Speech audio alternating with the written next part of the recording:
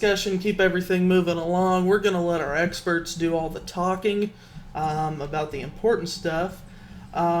First up, our first expert here is Markshire. So, Markshire, give us a quick intro about your experiences in Hearthstone and THL.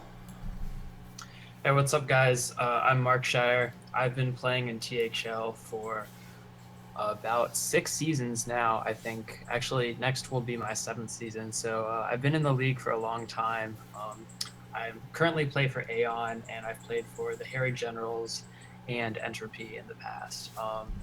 The thing I like the most about THL, I think, is the strategy that goes into all of the matches, trying to predict what your opponents will bring and bring archetypes to counter that. So I'm really excited to talk tonight about some THL strategy and go in depth about this new meta that we have.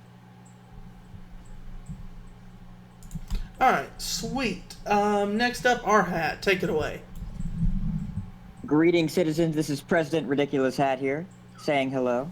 I am in sunny Los Angeles. They gave me free wine, so this is going to be lit AF, as the kids say. I've been playing in THL, I guess, 2 seasons? Season 4, Season 5. I am a newcomer, but I love the league because I get to hang out in Discord until 4 a.m. with Parker until he started to go to bed at a normal time. And also, there's a lot of really interesting strategy involved in deck discussion, which we will discuss as a group, and I will shit on all the bad decks and talk up all the good decks. Awesome. All right, me myself and I, now former champion, or what is it? Yeah, defending champion. Defending. I couldn't get there. I was getting there. Me myself and I, take it away. Hello everyone. I've been playing for a few years now, and I've played 1 season in THL. Super excited about the THL format, especially with all these new tech cards and stuff. Loving the new meta for this format. That's it. Awesome. All right, and lastly we have Anamore, aka Tim from Tim's team. So give us your intro. What's up, guys? This is Anamore, aka, as you probably know by now, Tim from Tim's team. This is my 2nd season in THL. I'll be remaining on Team Swagoy this year. I love the idea of THL. I think it's great knowing your opponent's classes before you have to finalize your deck list. I think that adds an awesome element to Hearthstone that we really haven't seen before, and I'm excited to keep taking part of it. Awesome. Me, myself, and I just say no. You're a little quiet. I've got you boosted as high as I can. Yes. I'm gonna move closer then. If you can get any closer, that'd be sweet. That's what chat's telling me. Awesome. Yeah. So let's get right into it. We're going to go class by class, deck by deck. If you're watching, we recommend you have the Vicious Syndicate matchup chart pulled up. Helps a lot when kind of comparing these matchups. All of our hosts will be using it. I won't have it on stream. It's kind of hard to see all the different stuff. And really the interactive one's just really, really good. So, but we're going to start up with Shaman. And we got 3 different Shaman decks we're going to talk about. Elemental Shaman, Aggro Token Shaman, and Control Shaman. So the first one up is Elemental Shaman, and why don't we have Markshire start us out? Yeah, so Elemental Shaman is probably the most popular Shaman deck that you're going to see on the ladder.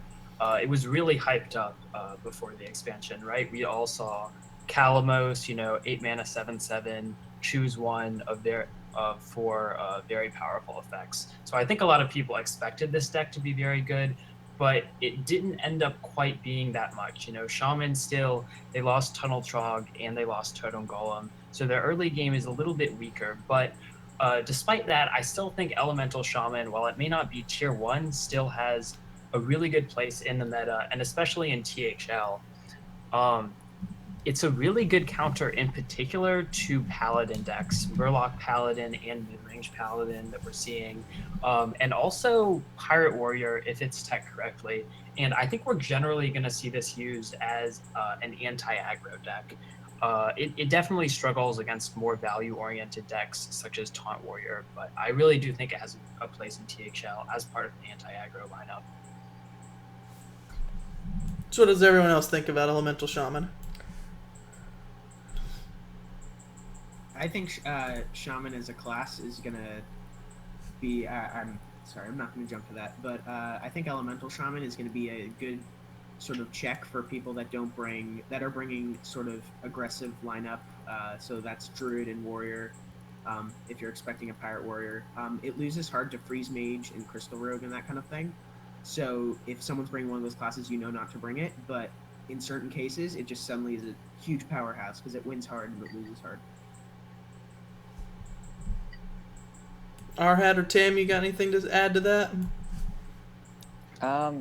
I don't really think there's a good reason to play Elemental Shaman over Crusher Shaman. Thinking about it, just Elemental Shaman is kind of like, you're kind of like Dragon Priest from the last meta. You play minions that are slightly behind the curve, you generate incremental card advantage, you got some board clears, you got some removal, and late game you probably have more cards than your opponent. But it doesn't seem like it's really the best on any one turn. It's just the best over time at generating incremental advantage. And you got AoE, but I would rather build the Crusher build, the Earth Elementals with the Ancestrals. You get to play Halaziel, you get to take better advantage of Volcano, and you're better set up to guarantee the win against aggro. You have as much, if not more, game against control, because you get to play Stonehill Defender and go find White Eyes. But I think Elemental is just, I don't see the advantage of playing this build over a more dedicated control build. It seems like you're trying to be mid-range, but you're too slow to compete with the other mid-range deck. Just looking at it on the chart, I think they have really similar matchups, except against each other, which is slightly favored for Elemental Shaman, but I think that's really not a huge factor. So I think it might come down to personal preference in a lot of cases and deck choices. I don't know if there's a huge difference. Yeah, I mean, both are being refined, right? We don't have final deck lists in any of these because these aren't the decks that people are excited to play with. Everyone's giving Shaman a fucking break, but there's something to be said about the control shell being pretty effective. I think we'll get more information about this over time because I don't think the Shaman decks are all that organized right now. Yeah, and as far as countering like the card value advantage thing, there's also like Spirit Echo Jade Shaman going around, so I think there's a lot more room to experiment. All right. Yeah, I really like Shaman. That it's more than just aggro Shaman. Speaking of aggro Shaman, what do we think about it? Is it still viable? Is it still a possibility to bring that to THL? What do you guys think? And Tim, start us off. Yeah, I don't think Aggro Shaman lost a lot of reach with the rotation. It's still got Lightning Bolts. It's still got Lava Burst. It's got that reach. It just doesn't have that board presence that it used to when it lost Tunnel Trog and Totem Golem. And I think without that start, that reach isn't going to be doing a whole lot. So I think that deck isn't going to last.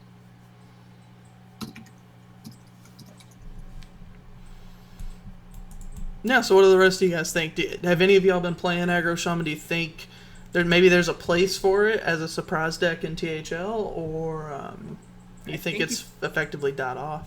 I think if you're going to go 4 aggro decks, I'm pretty sure that makes the top 4. If you're trying to counter like Crystal Rogue, I guess, or something. But just as a standalone deck, I'm not sure it has a huge potential in this format.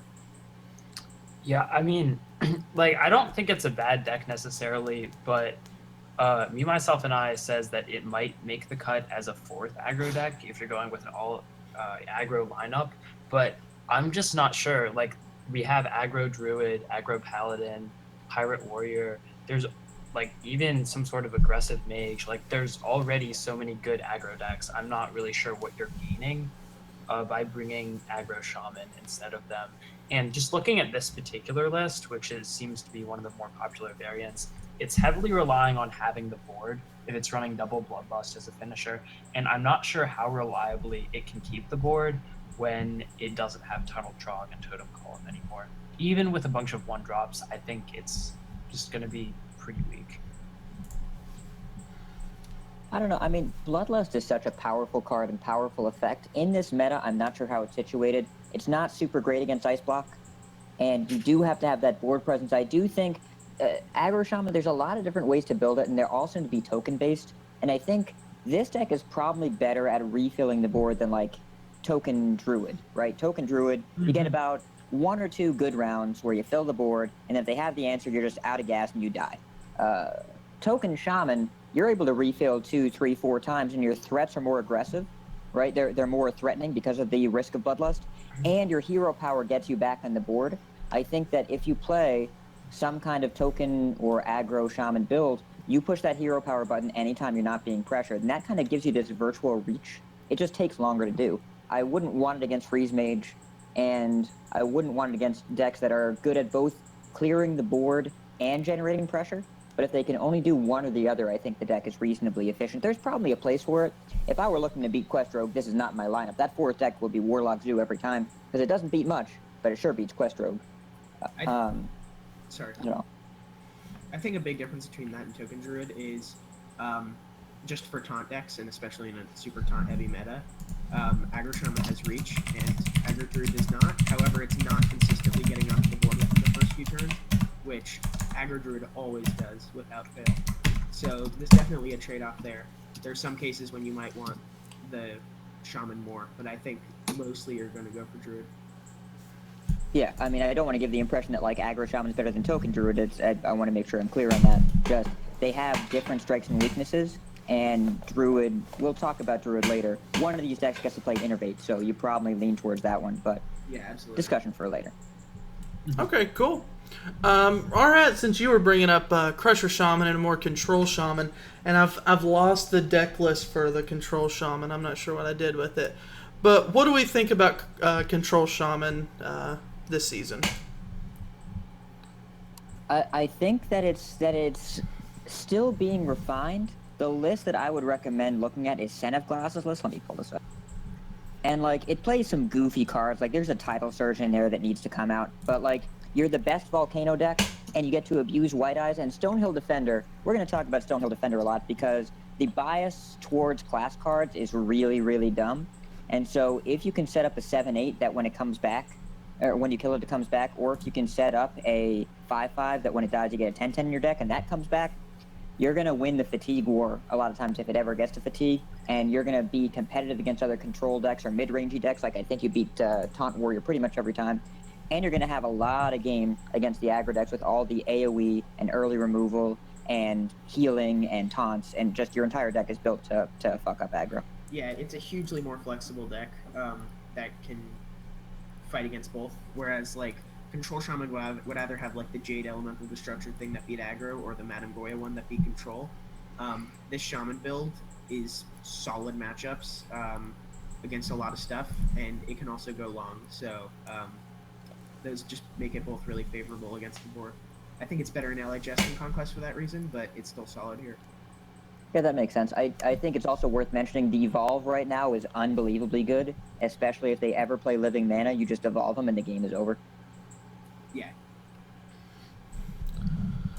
All right, cool. Does anyone have any last thoughts on Shaman that they want to get in before we move on to our next class? All right, doesn't look like it.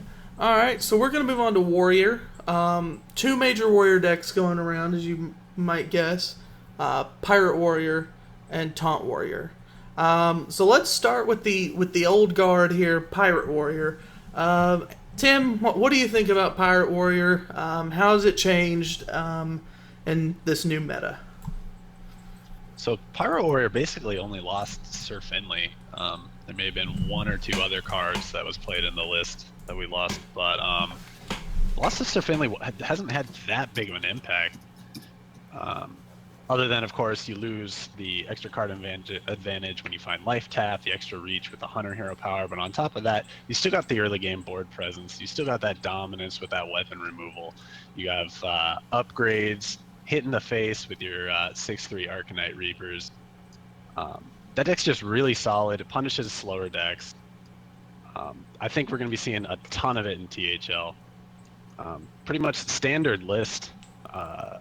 I don't think a lot of changes are going to be seen.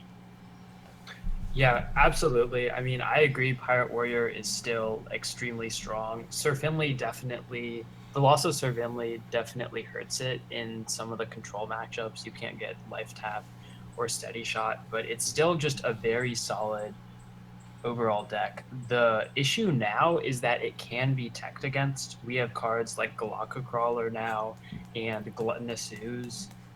and you can still just run acidic swamp ooze too. So I think it's a lot more susceptible to being teched against and maybe being targeted. So people might shy away from it. However, in THL, it's pretty risky to go all in on targeting Pirate Warrior because there's another very strong warrior archetype.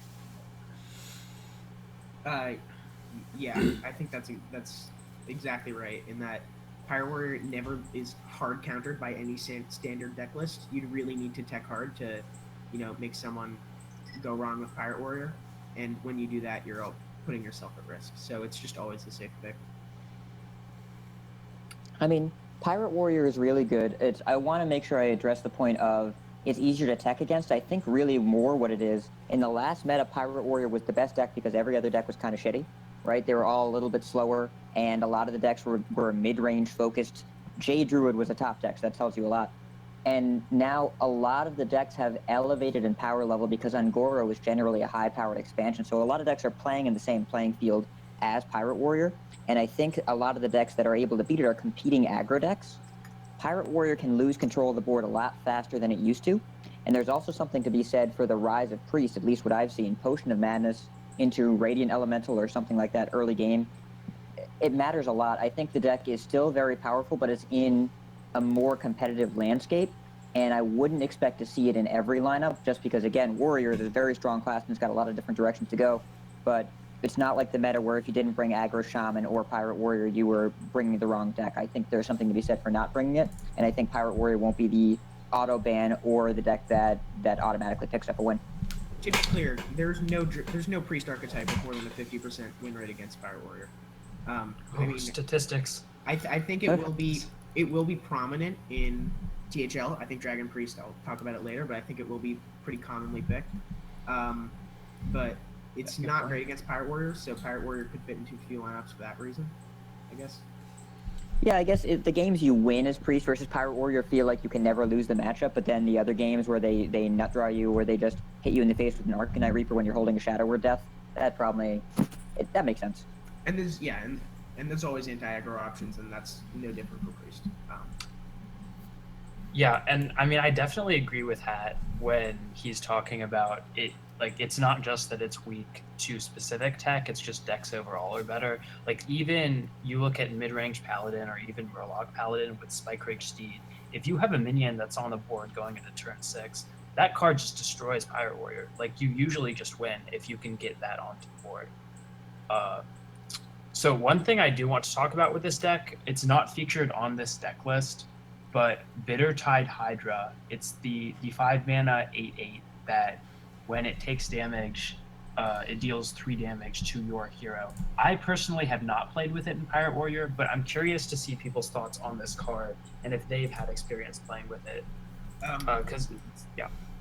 Sorry. On ladder, I don't think it's fantastic, but I like it quite a lot in THL. If you're countering stuff like Caverns Rogue, I think Bittertide Hydra just plays even more into that. It's also better against Aggro Druid, though that's a pretty not so great lineup anyway. But if you're facing up against another aggro-y sort of early mid-range lineup, then Bittertide Hydra could find a spot in there. Are we talking about teching Pirate Warrior against Quest Rogue? Is that what we're doing right now? Yeah. Gotta make that 70% matchup 75%. Yeah, every point helps. All in on that targeting. I don't know, like, Fel Reaver was only good when you played it on turn 2. Like, I played Bittertide Hydra in Pirate Warrior, and, like, this deck is a super synergistic, bursty aggro deck that plays out of the hand. Every card has charge or is a weapon or deals damage to the face, and then you randomly have a big dude. Like, it seems attractive, but it's just a complete shift of your normal strategy that makes you vulnerable to a set of cards that you're looking to invalidate in your opponent's deck. Maybe it has a place in THL, but it seems incongruous with what the deck is trying to accomplish. I think you're better served by cards that fit more with the deck's game plan, which is lose board control by turn 3 and not give a shit about it and hit him in the face. Yeah, I gotta agree with our head on that one. And don't tech your Pirate Warrior deck to beat Quest Rogue. You do that just fine. All right. So that's enough about Pirate Warrior. Unguro brought us quests, and this is going to be our first quest deck we're going to be talking about today, Taunt Warrior. So what do you guys think about Taunt Warrior? I know a lot of people had a lot of success with it early on ladder. So what do you guys think about it? How's it going to fare in THL? I kind of want to say not so great, because there are a lot of flex classes that that can switch over to be Pirate Warrior, to be Taunt Warrior. So Druid can switch over to a Jade Druid variant to be Taunt Warrior. There's also I guess Freeze Mage isn't so great against anymore, but if you're teching it that way, you can go more greedy with the build. So I feel I don't actually have any stats to back this up, but I feel like in the THL format, it won't be so great. Yeah.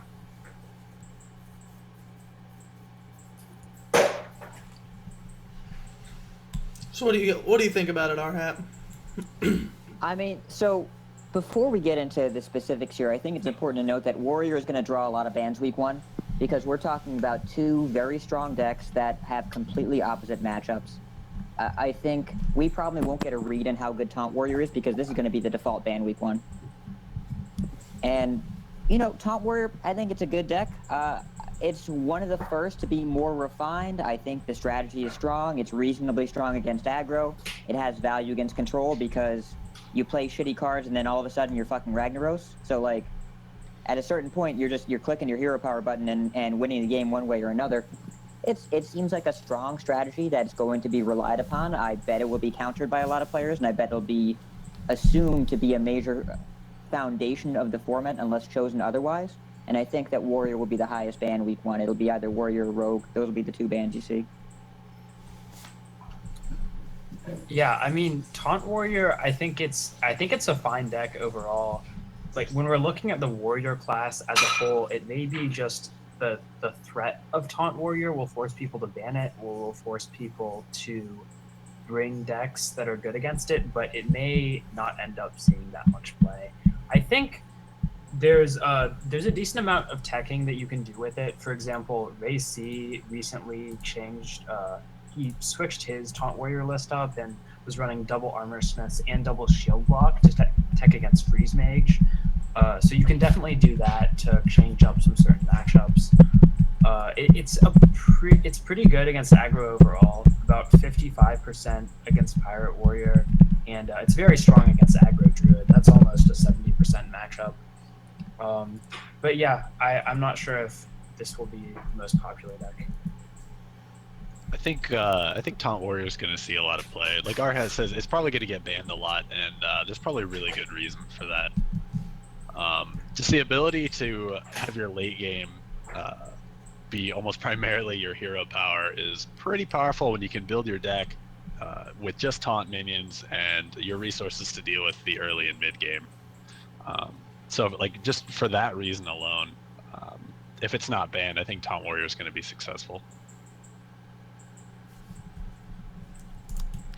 All right, cool. Yeah, yeah. Warrior definitely has 2 very strong decks that are very different, which is going to make for very interesting decisions leading up into THL if you're not planning on banning Warrior.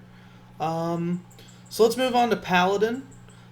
We've got 2 Paladin lists right now.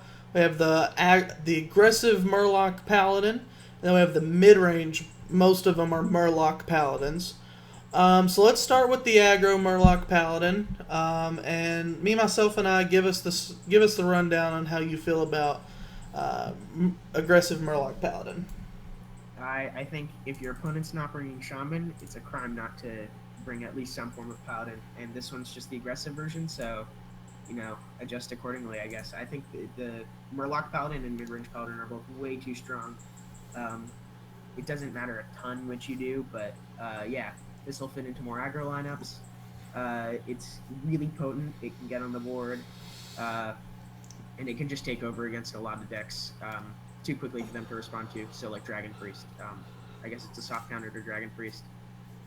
Yeah, just super solid deck. Doesn't lose hard to absolutely anything. Yeah. Good choice. Yeah, I think there's a chance that Paladin becomes a bigger ban as the season goes on. Mid Murloc and Aggro Murloc are both really, really strong decks that have good play against the field. Doesn't feel dominant, but it feels consistently powerful against everything. And there's never a time you're playing Mid Murloc Paladin you feel completely outclassed by anything or unable to compete. So I think that speaks a lot to it. And I hit Legend this season with Slimsh's Zooey Aggro Murloc deck would have like Ravasaur runts and Knife Jugglers and shit. And the deck feels really good. You just kind of fill up the board, and then you play really, really dumb cards like Gentle Megasaur and Sunkeeper Terrene, and all of a sudden your little dirtly idiots are just super powerful. And there are a lot of decks where you can drop a War Leader on 3 and get favorable trades, and either they kill the War Leader and you're at board parity and you kill their guys, or they don't kill War Leader and then they die. And as the Paladin ban becomes more prominent, I think Taunt Warrior will also become better, because mid-range Paladin's one of its only really big counters. So just another note on Paladin getting banned. Yeah, I mean, Murloc Paladin is just really strong overall. Like you guys have been saying, it doesn't have any major weaknesses. I can check the stats. I'm not sure if it's worse than like around 55% to any deck. Not really sure about that. Okay, apparently it loses really hard to Aggro Shaman, but other than that, not too many really unfavorable matchups. It just has a really consistent early game with all the Murlocs. I think that this is probably the first time, maybe in THL, no, or the first time in Hearthstone's history, with the exception of like Murloc Zoo, that we've seen a Murloc deck become tier 1. It's pretty interesting to see. Well, an aggressive Murloc deck. Yeah, aggressive always, Murloc deck, yeah, right? Exactly.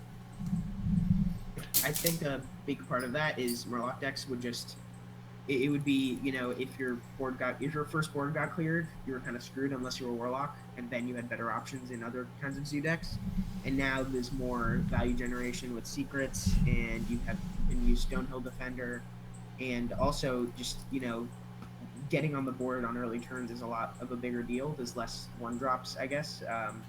So these decks can, get their game plan out more frequently. Tim, you got any thoughts on Aggro Paladin? Yeah, I played quite a bit of several different variants on the Aggro Murloc Paladin. First of all, I had a lot of fun with a lot of them. So not only is it like a really solid deck to bring, but it's also a lot of fun to play. I know a lot of people don't like it. I personally like dropping strong minions on curve, and then buffing them up and hitting my opponent in the face. You get a lot of new tools and flexibility in cards like Hydrologist. You can discover Eye for an Eye, give you a bit of an edge against Freeze Mage. I play a lot of Freeze Mage, and I can't tell you how many times I've had Pyroblast in my hand, and they were at 10 health, and I had nothing else that I could do to win the game, so I just had to take a tie. But you can find like Noble Sacrifice to help you against other aggro decks. The Kodo, bring cards back to your hand. There's just a lot. You got Divine Favor to refill your hand. The synergy with Gentle Megasaur. It's just too much when you get Wind Fury and you can drop a Murloc War Leader the next turn. The deck is just so aggressive, very powerful. I think we're going to be seeing a ton of it. Yeah, and when you give an explosive aggro deck juice like that with these Discover cards, it's really powerful. It's super potent. And just another reason that Divine Favor is one of the most broken cards in the game. Dude, fuck that card. It's so hard. It's one of the worst designed cards in the history of the game, because it just absolutely punishes certain strategies to the point where the game becomes unwinnable and absolutely is useless against the other strategies. It's so poorly designed. Yeah, I was expecting that to get rotated out when Whispers of the Old Gods came out. I was kind of pissed when it didn't. But like, it's not usually good, but when it is good, it's stupid, right? Like, that's not a card that needs to get rotated out. It's a card that needs to get adjusted somehow. Well, I'm fine with moving it to WoW, but I hope WoW becomes some sort of cesspool of OP stuff, because I think that's kind of a cool place for it. But yeah. Alright, so It needs adjustment. yeah, definitely Divine Favor is something that's been complained about a lot. So let's look at mid-range Paladin. We're going to let Markshire start us off on this one. It's very similar to the aggressive Paladin, but it's got a little bit more top-heavy. Sometimes I've played against this deck, and it seems like they just have the nuts, and it's it's the aggressive version, but then they drop something like a Spiked Ridge Steed, and you're just like, where did this come from? So Markshire, give me some thoughts on this Paladin list. Yeah, so I haven't played mid-range Paladin that recently, but I was playing a lot of it about a week ago, and it's a really strong deck. You don't have as consistent of an early game as you do with the regular Murloc Paladin, but you make up for it in the late game threats that you have. You're definitely running Tyrion. You're also going to be running Rad Light Lord, and there's just a lot of offensive power with this deck.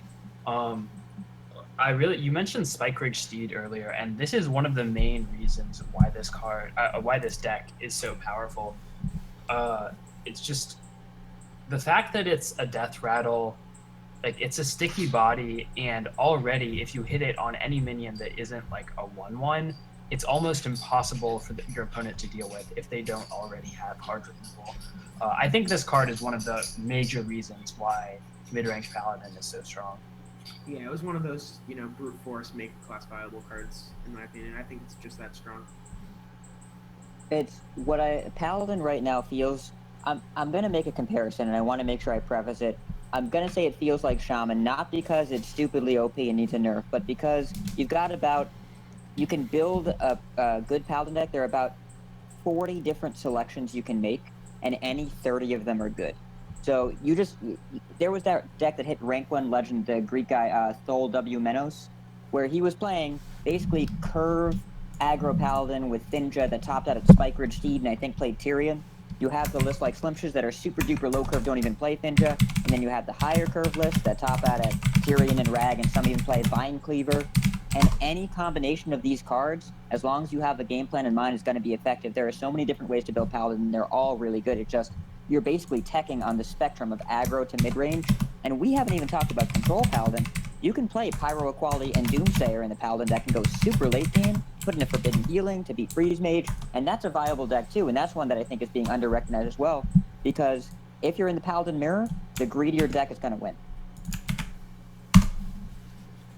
Yeah, just so flexible and so good all around the board. I think Paladin, it would be a crime not to bring Paladin, more than it would be a crime not to bring Shaman in Shoots and Gadgets and meta. There's just so many ways to take it. Yeah, I mean, I just don't see how this deck doesn't get brought almost every time in THL. It's just extremely strong. It has multiple tier 1 decks, and it's very versatile. That's just a recipe for success in THL. So I absolutely think this will see play. I think it's sort of difficult to tech against. There's a good chance that if you're playing against Paladin, they'll be playing Murlocs, so you can bring Hungry Crabs. But other than that, yeah, it's just very strong. It'll probably get banned a lot.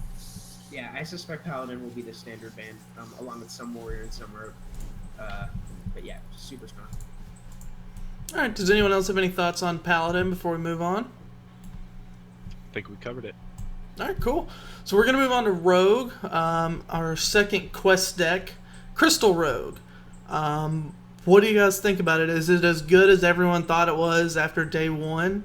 I know a lot of people think it's very good, think it's very bad. I'm sort of in the camp, it seems like when it gets the nuts, it's great, but a lot of times it doesn't. So, Ridiculous Hat, what do you think about it? Oh boy, this is a big topic. So first of all, Rogue is going to eat a lot of bans as well because Quest Rogue invalidates a lot of mid-range and control lineups. You pretty much have to ban it if you want to play Priest, Taunt Warrior, Jade Druid, what the fuck ever. The deck, if you're good at it, is better than it looks, and most people are not going to be good at it. So that's important to note. Like, it's very difficult to play optimally. It's not difficult to play it passively, but the difference between those two is going to be a massive difference in win rates. And a lineup that isn't banning Rogue is going to be ready for this deck, which means they're going to hit you in the fucking face. So, go ahead. I think there's going to be a huge 1 seed, 5 seed difference here, because I've played about 100 games of Quest Rogue, and I still consider myself an absolute noob with the deck. There's just so much room for, different builds. There's so many ways to take it. But yeah, I think in THL, it's pretty easy to see when you're going to get card countered. Warrior is... You can tell if they're going to play Druid, and then you can just not bring it. And if they're bringing Warrior, you can ban that, and even Aggro Shaman isn't that awful of a matchup for it. So I think it has its niche, and you'll know when to pick it, and it's always just going to be looming there, and it's sort of beware of Quest Rogue for picking your lineup, I think. Well, and I don't want to say 1 seed, 5 seed difference. I want to say there's going to be a big experience differential. The people that have played with Quest Rogue will be better at playing it and playing against it. Anyone that picks this deck up, I don't care what seed you are, you're going to feel like, oh, of course, it's the most powerful deck. How can I lose? And then they're going to get crushed. But anyone with the experience, and really what I've learned is that against the aggro decks, you have to develop way more aggressively than you think. You have to trade with Stone Tusk Boars, and you'll get to the quests, and you might survive, and then if you survive and you get to the quest, then all of a sudden you're able to take the board back. 5 seeds will have no problem figuring that out if they practice, and really this is a very practice-heavy... the return on investment in the practicing matters so much, and the initial play skill coming in, yes, that matters, but also keep in mind, in a 5 seed matchup, you might have people that are generally less technically skilled, but they're going to be playing against people that are generally less technically skilled, and the deck is still really powerful against people that aren't able to effectively game plan against it. Because if you don't have a game plan with your deck against what Quest Rogue is trying to do, you're probably going to lose. And if you do, you can win an unfavored matchup just by developing more quickly. A 5 seed that's adequate at Quest Rogue will tear it up against people that have never seen the deck. So yeah, I stand corrected. Yeah, that's definitely something to think about. Mark Schneider, Tim, what do you guys think? So yeah, I don't have much experience with Quest Rogue myself, but it really saw the most play at the beginning of the meta. I'm not seeing it that much now, and when it used to see play, I would just beat it with most things. And I think that's because, as Hat has said, like, it's a really high skill cap deck. I think it can be very, very frustrating to lose to, but people ignore it. Like, people internalize that and just think that the deck takes no skill to play. But we're really seeing people like pros like RDU having a lot of success with it on high legend ladder. So I think that this deck, when in the right hands, can be very powerful. But yeah, I don't think you can just pick this up and immediately start playing it and start doing well with it. I know it has a sort of a low win rate on Vicious Syndicate, and I think part of that is because it's not actually tier 1. People think it's a little bit better than it is, but I'm actually also not sure it's just tier 3, just because of the amount that skill impacts the performance of it. Yeah, there's definitely some nuances when it comes to playing with and playing against this deck. Little things like if your opponent has Crystal Core in hand, killing the 2/3s on board, or whatever, killing some of the minions on board, so they drop buff all their minions up to 5/5, and they have to play them from hand to kill your opponents on the turn after that. A lot of problems with this deck is very draw dependent. You can fix stuff like that by bouncing your Novice Engineers, just drawing all the cards in your deck, prepping out your Mimic Pods. But what's the best way to beat a deck that you can't interact with? You just hit them in the face, and that's what this deck is weak to. Yeah, and I think that's just a clear weakness. It's something that you can't really ban around. If your opponent's bringing Warrior and Druid, which I think are 2 flex classes and 2 classes that will be brought a lot, you can just ban one out, and the other person can just say, okay, then I just take the loss against Quest Rogue and go on my way. And if you don't ban it, they just play 2 aggressive decks and kill you. So it's pretty tough to go around that. Yeah, but I was gonna say, yeah, even though this may not be tier 1, I absolutely expect it to see play in THL just because of how polarizing its matchups are. If you see, you can just ban one of its bad matchups, an aggro deck or something, and then you can have like 65-70% matchups against multiple decks on the opponent's side. So I think it's really good for THL. Yeah. Well, this is a format that has a lot of polarized matchups, right? This is the kind of format that makes THL a lot of fun, and why the last format that we played in was a shitty ladder format, but a really good conquest format. Because when you have polarized matchups, when deck decision matters so much, when Slimsh blows me out because I put Doomhammer in my deck to beat Reno Lock, and then he Harrisons me, like, that's that kind of experience rewards skill and deck selection and metagaming more than just tight technical play. And so I think the difference between rewarding tight technical play as well as tight technical play plus meta selection and deck selection, it really rewards a full skill set. And then there's the flip side of that, which says, okay, either you play the tech card and it hits, or you don't and it misses, and then it's just a rock paper scissors mind game. I don't agree with that, but I think it's a valid criticism of this tech heavy, counter heavy format. But it's still something to think about.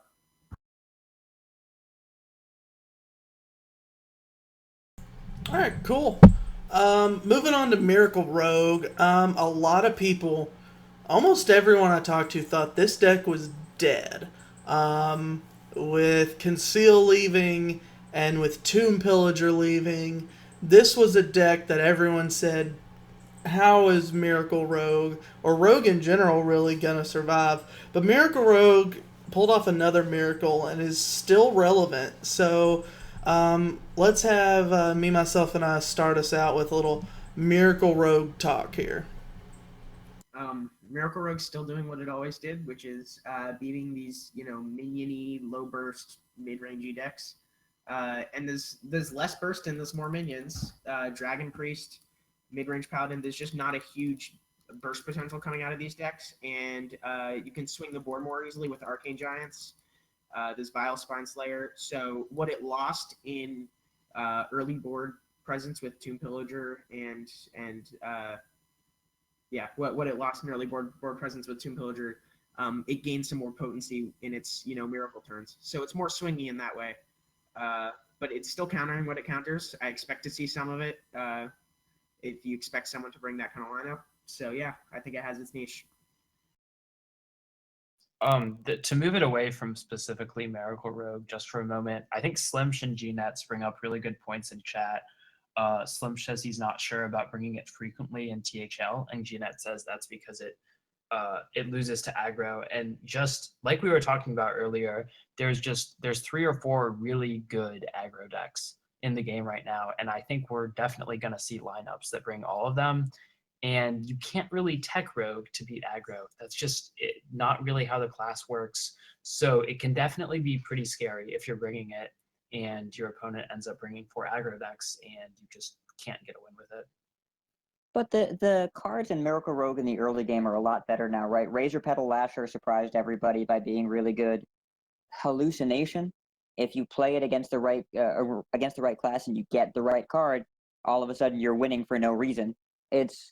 It's not as bad as it used to be. It's not good against aggro, but it's so good against a lot of the mid-range and control decks, and you get to kind of take control of the board a little bit earlier. You still get to play with Sap, which is a stupid card. You get to play with Vile Spine Slayer. Against anything slow, the deck is so powerful that a lot of lineups you'll take that risk of playing Miracle Rogue when you might get blown out by lower curve decks because you can still cheese that win. You still have Edwin Van Cleef. And if you think your opponent is all aggro, just switch it up to Tempo Rogue, and all of a sudden you control the early board and you kill him on turn 7. Yeah. I think Rogue is a softer flex class that has harder counters against what it beats.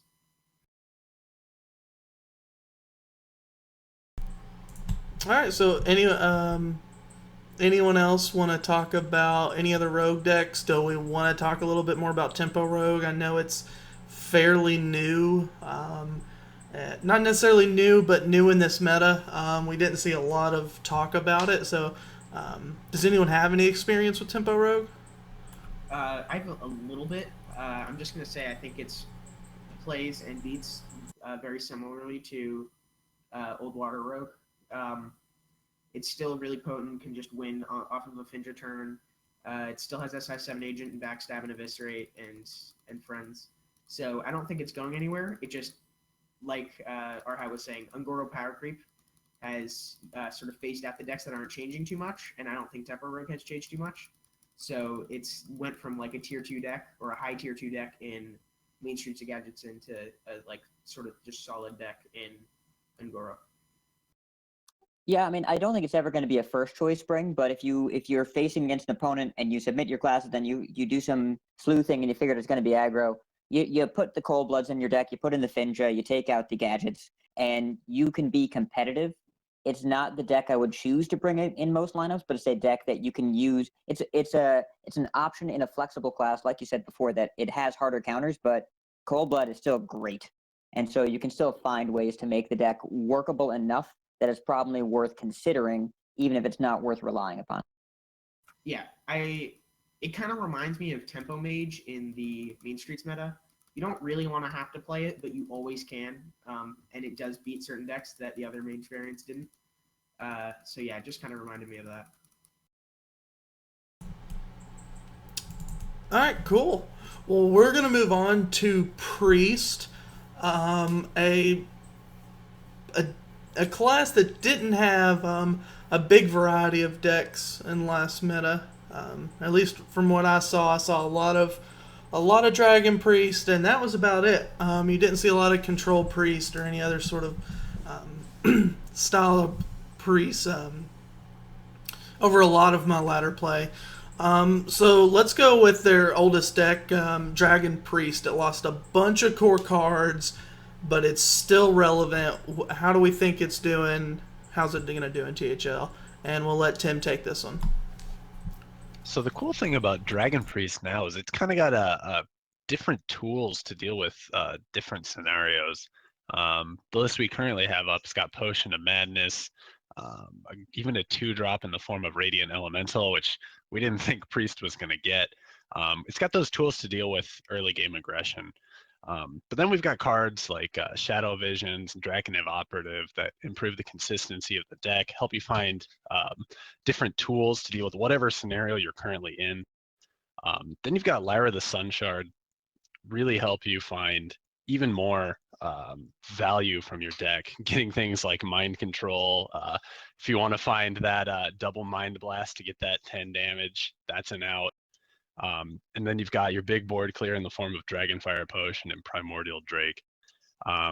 These synergies make the deck really strong, I think. Definitely a sleeper going into this expansion. What do you guys think about it? Yeah, I've been playing a decent amount of Dragon Priest recently, and I think it's a good deck. Of course, you lose the early game. You don't have Twilight Whelp anymore. You don't have Worm Rest Agent, so it's gonna be weaker against aggro. It's gonna struggle against Pirate Warrior, against decks like Quest Rogue. But overall, it really surprised me by how powerful the deck was, because I thought it was dead. You just have so many good options to play, like playing as the control deck. You have more consistent board clears now with Primordial Drake, which is just an insane value card, and with Shadow Visions, you can pick up a second Dragonfire Potion. I've beaten Quest Rogue just by getting double Dragonfire Potion off of Shadow Visions and actually grinding them out, which it's usually pretty difficult to outvalue a Quest Rogue. But yeah, I think this deck is pretty underplayed at the moment. I really don't see it on ladder hardly ever these days, but I think it's pretty good. I think it should definitely see play in THL. Yeah, this theme keeps coming up, but no deck truly got gutted by Ungoro because it still beats what it beats. It's a deck that can sometimes fight off aggression, and it can still outvalue tons of decks. So it's just this value monster. That hasn't changed. So THL format, you can counter stuff safely. And it's also, again, like we were talking about with Miracle Rogue, it's still solid against the decks it loses to. So it's a pretty safe pickup. I expect a decent amount of this in THL. All right, yeah. Dragon Priest is definitely not as dead as I thought it might be. But we got a couple of new priest decks. Well, our first one up is going to be Miracle Priest, and although Silence Priest isn't necessarily new, it definitely got a little bit better. So let's start with Miracle Priest, and we're going to let Mark Shire take this one. So I personally haven't played Miracle Priest or really had that much experience playing against it. I'm actually going to go ahead and pass this off to Hat, who I know has played it a decent amount and will probably give better insight than me into the deck. Well, so I think before this season started, I had 50 ranked wins with Priest. I never connected with the class. couldn't stand it, couldn't win with it, played Dragon Priest in like 3 minutes in a row, and always just said, how does this deck ever win? I felt about it then how I feel about mid-range Hunter now, that I was always just like second best at anything I try to do. But playing Dragon, Miracle, and Silence, Miracle Priest is a collection of cards that looks like I'm not going to do anything but stop you from winning, and then I don't know how I'm going to win. But it turns out you generate so many more cards than your opponent. Lyra is a stupid, stupid card, incredibly powerful. And Shadow Visions has really helped the deck's consistency. Elise is perfect in the deck because you just go and get that pack with your Shadow Visions, and you play Thought Steals, and you have so many different ways to just generate value every single turn. You get to heal a lot. Freeze Mage is generally disadvantaged against you because you just hold all these dirty little spells, and they Alex you, and you gain 12 health back, and you kill their Alex. And Radiant Elemental helps you just to go off. There have been so many times I've been playing Miracle Priest where the only thing keeping me from generating more cards with Lyra was that I had 10 cards in hand. If Lyra ever sticks, it's really, really hard to lose the game. And I played it a lot on stream the other day, and I think I 4-0'd against, I started off against a mid-range Paladin, two Pirate Warriors, and there was something else that I beat. I forget what it was. But the deck just is able to counter what a lot of other decks are doing and generate value in the process, and that's almost enough. And I think that there are some matchups where you'll find Miracle Priest being the dominant deck against some lineups that are not intending to face this kind of. It plays almost like a tempo mage, in that you play on the curve, you have efficient removal, you're able to consistently pressure, and then you just generate a lot of card advantage. And you get to play with Curious Glimmerroot, which is one of my favorite cards from the expansion. Now, I know this is an incredibly hard deck. Like, I barely got any grasp on the deck when I first played it. But it seems to me like Priest of the Feast is one of the biggest redeeming qualities of this deck. And that seems to me like about it. It beats Freeze Mage, and it has better matchups against aggro decks than old Priest builds did because of that. But it's still losing to Taunt Warrior, and it's apparently slightly unfavored against Pirate Warrior, which I just saw for the first time. But it's super hit or miss, and it feels great when you hit. But the stats just aren't there. I expect really players that are good at the deck and good at building the deck to excel with it, but I just need to wait for that to happen because I'm not seeing it yet. I think the stats aren't going to necessarily tell the full picture right now because the deck is in its infancy, and I wouldn't play it on ladder most of the time. I think it is going to be far more suited to Conquest or LHS format. It seems best against flex classes, which I think is a problem. But yeah, I can't wait to see what people do with this because I'm excited if it does become a top pick. All right, cool. We are going to step into Silence Priest now. Silence Priest, Purify was one of the biggest memes Hearthstone's ever printed, and it turns out it might be okay. So I know Arhat's played some more of it, so we'll let you take this one again as well. So I'm going to post the list that I like in the chat. And Silence Priest is just so much fun because any game you start like coin out the Ancient Watcher and then turn to attack with it, it just feels so incredible. And I was playing it against Mange the other day he was playing Freeze Mage, and he cleared my entire board on turn 5, and then 3 turns later I hit him in the face with the 24/24 Acolyte of Pain. The deck is just, it's like Battle Cruiser Hearthstone, but you get to start a little bit earlier, and you have a combo that kills people quickly, and Shadow Visions really makes the deck so much more consistent. You get to play the combo, you get to go find your pieces. Humongous Razor Leaf makes the deck a lot more consistent too, because you have 2 things you want to silence. Faceless Shambler's really good. The deck feels surprisingly solid when I'm piloting it. I don't know how good it is statistically, and I've only played it in Dumpster Legends, so I can't say that's going to translate really well to ladder, but it's felt good to pilot, and I want to play more of it, which is more than I could say about any Priest deck I've ever played. It has to stick on board and then has to close out the game quickly. So I wonder if there's a huge amount. I'm like know almost nothing about this, but is there a huge reason to run it over similar decks that try to seize the board and then take a slightly slower approach that are more consistent? I guess the explosivity can help. but I wonder if people are going to opt for more consistent stuff in the THL format. I think the deck is more consistent than you think it is, and I'd recommend putting some time into it. It's the list that I linked was number 2 Legend on EU, and then Fino played the same list and got number 3 Legend on EU with it. It doesn't play Pain or Death. Shadow Visions is guaranteed to get you a Purify effect, so you just mulligan for any big thing. I was skeptical at first, but I haven't really had a game I've played with it where you didn't have something big and scary on the board by turn 3 or 4. It's been oddly effective. Oh, I've played quite a lot of it. Yeah, I think I've played almost 60 games with it. So you played more than me then? Yeah, I'm just wondering if there are better alternatives. There's nothing screaming at me that's like clearly better than Silence Priest in every matchup than on the table at least.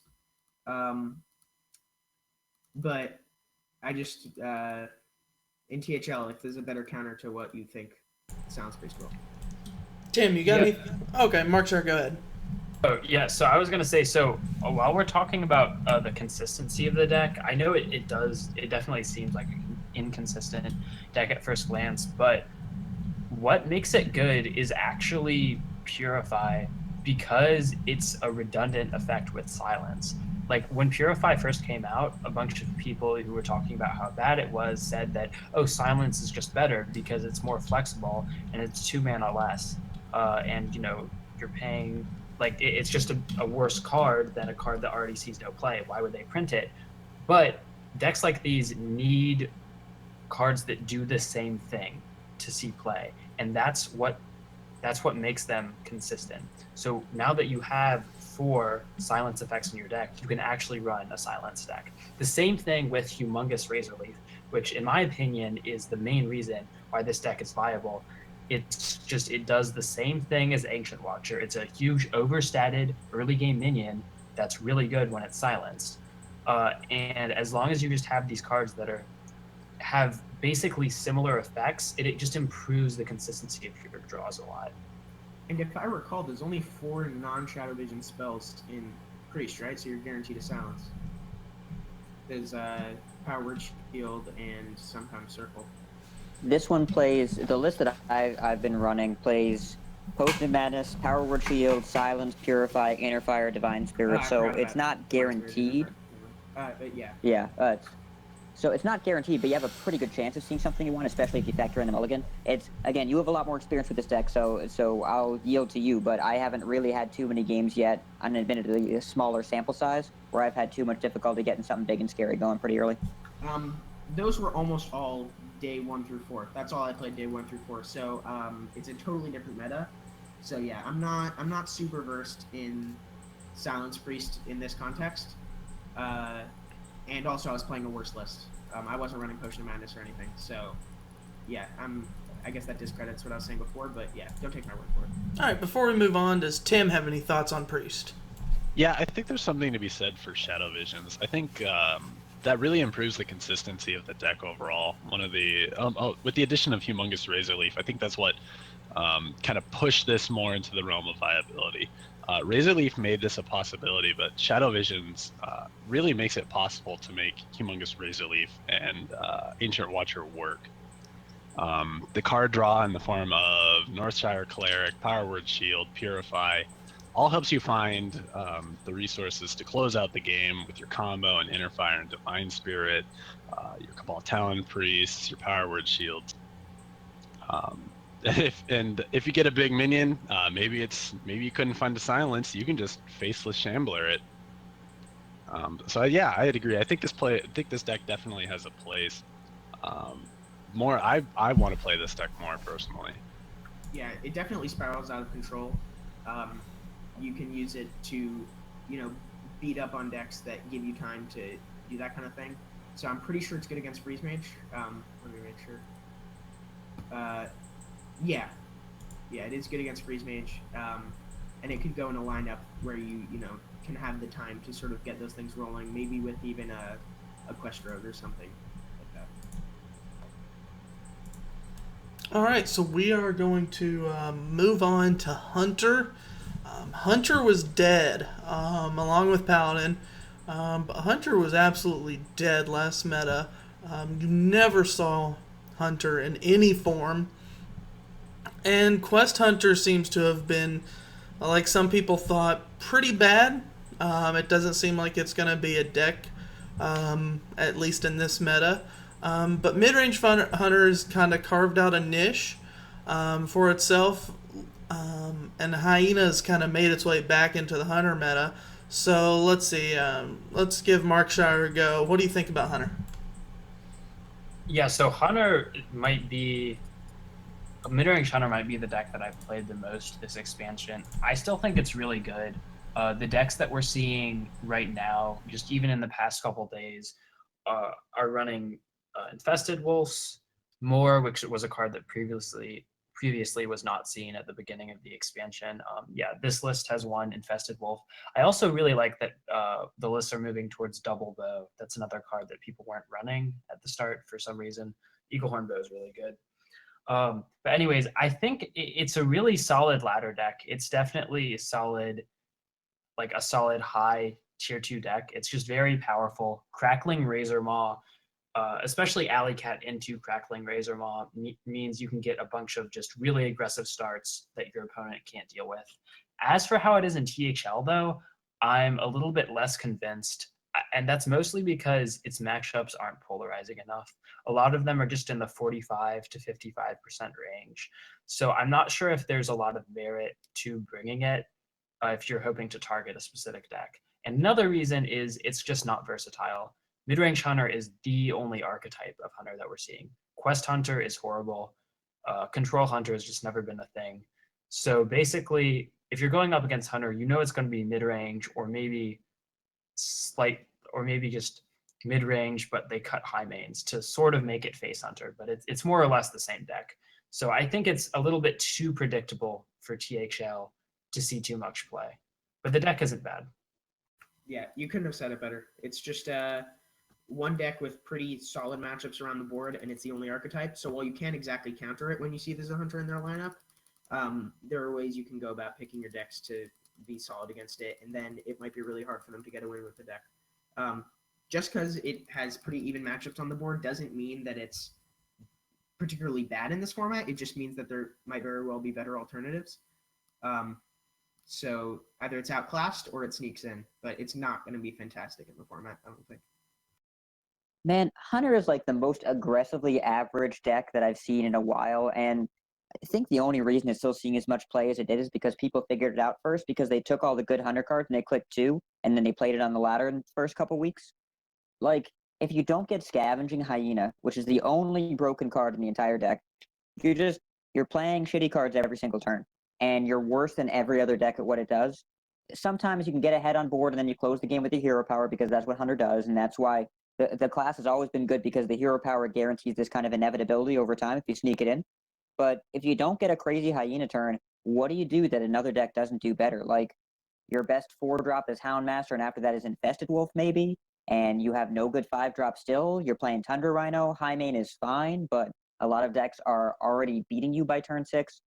It seems like you can both get run over in the early game and run out of gas in the late game. And there are draws you can get that'll win both those scenarios, but a lot more draws that feel like they're losing it. It feels like a second-class deck every turn of the game. I feel really similar. It's just outclassed. Both, in the meta, as in it's not a super powerful deck. It's not a broken deck, unlike everything else. And also in THL, where it doesn't counter stuff. So it might also be outclassed in a case-by-case kind of deal.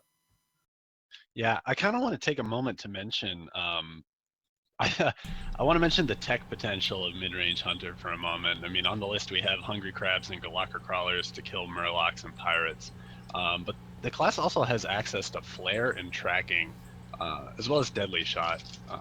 Flare can help you take care of Discover Mages, Freeze Mages, Hydrologist Secrets. Deadly Shot can help get rid of some large taunts from Taunt Warriors, even some other things that we haven't talked about. But Tracking can give you access to those resources. So if you have a specific plan in mind for your lineup, if you know what classes your opponents are going to bring, I think if you spend some time working on your Hunter lists, you can make something that works with your lineup. I personally don't think it's going to be that successful. I do think that possibility is there. That's actually a really good point that I hadn't thought about. You could just take Hunter, and I was talking earlier about how it has a lot of 50-50 matchups, but tech cards like Flare and Hungry Crab can really improve that. Just in this list, if you're playing against Paladin, Hungry Crab is going to really help there. If you suspect Pirates, Galaka Crawler is going to really help there. And I mean, these are cards that they're already low cost beasts, so they're not that bad to run, even if you're not going up against something that you want to hit, like Pirates or Murlocs. And yeah, Flare is also really good. I've been getting pretty frustrated losing to Ice Block on ladder. That's still probably my least favorite card in the game. So I can definitely see Flare being run. It's definitely better than Eater of Secrets, which is the other option to counter Mage. The thing is, at least statistically, most of what this is tracking is people that are running both crabs, two of both crabs, and even then, I think it's still extremely average deck. So you're not going to be hard countering Freeze Mage with a Flare. You're not going to be hard countering Pirate Warrior with a Galactic Collar, and you're not going to be hard countering a Murloc Paladin with the Hungry Crab. And it makes those matchups more favorable. But even then, I think the deck is still fairly just mediocre. So yeah. Well, Markshard took the words right out of my mouth when he said Ice Block is his least favorite card in the game. I absolutely hate Mage right now because every single Mage deck on our list is running some form of Ice Block. So we're going to move on to Mage. First up, we're going to take a look at Freeze Mage. What do we guys think? One of you speak up here. What do we think about this new version of Freeze Mage that's not OTKing you, but we're freezing your board, we're Alexing you, and then we're taking you out. So what do you guys think? So what's going on at Blizzard that they keep trying to kill original decks, classic decks, and they just keep failing? What's up with that? Yeah. They're not failing. They rotated Ice Lance because they knew this deck was coming. I'm going to go ahead and stick to that litany. I agree with you completely. They just didn't want the OTK. They thought the OTK was the destructive part of the deck, that it could both OTK and, Alex you. They took one part of that out. I think it's still unhealthy for the game, even though it's my favorite deck. It's still just as awful for the game, but it's less viable. Not less viable. It's less, annoying to play against. It's less awful to play against to get OTK'd. But yeah, I think they knew it was happening. Yeah. You say it's less awful to play against, but they took out Ice Lance and they put in Primordial Glyph so you can go get another Ice Block. I don't know, man. And you put Arcanologist in the set as well. The deck is more consistent now. Yes, you have to think ahead about 3 turns, but I bet that this version has a higher win rate than most previous standard versions of Freeze Mage. Yeah, I started playing Freeze Mage this season, having never played it before, and I was just blown away by how powerful it is. I completely agree that I think this deck is better overall in the meta than Freeze Mage used to be, at least in the past couple seasons.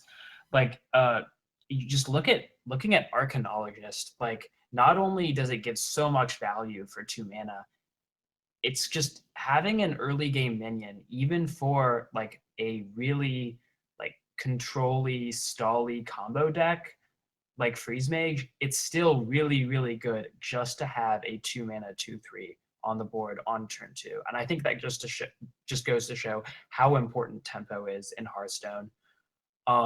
But yeah, Arcanologist, I think that's probably the main reason that Freeze Mage is as strong as it is. Primordial Glyph is also a really good card. Freeze Mage it doesn't have horrible matchups. Like Control Warrior doesn't. Control Warrior's new form is Taunt Warrior, and that's not even that bad of a matchup unless they're running Armor Smiths. So you don't really have that way of getting hard countered anymore. So I think Freeze Mage is a really great pick for THL, especially with how versatile Mage is as a whole. Yeah, the Mage class is going to get brought, and then sometimes, like 1 in 3 times, that's going to be a Freeze Mage, or even more. So yeah, it's definitely seeing play. It's in a good class. And like this is once again the same situation as Paladin in that the shell of Mage is probably about 16 core cards, and then what you do with the other 14, almost anything is good. right? Like the burn mage that we're going to talk about, that deck is freeze mage in many, like you have Arcanologist, you have Ice Block, you have Frostbolt, you have Fireball, you have Medivh's Valet, you have Primordial Glyph, you have a lot of the same cards. You just play a mid game instead of more burn in the end game and more freeze effects. It's still the core of do something to stabilize the board in the middle of the game and then have Ice Block up so you can do what you want to kill your opponent and guarantee they can't kill you is really, really powerful no matter which way you spin it. Yep. Yeah, I think it's important to note that you can slightly edit your freeze mage list based on what you're expecting to see. If you don't feel like playing Tony, maybe you feel like you don't get enough fireballs, you can play a second Pyroblast. When you get multiple ice blocks off of Primordial Glyph, tossing 2 Pyroblasts at your opponent for 20 damage is pretty good.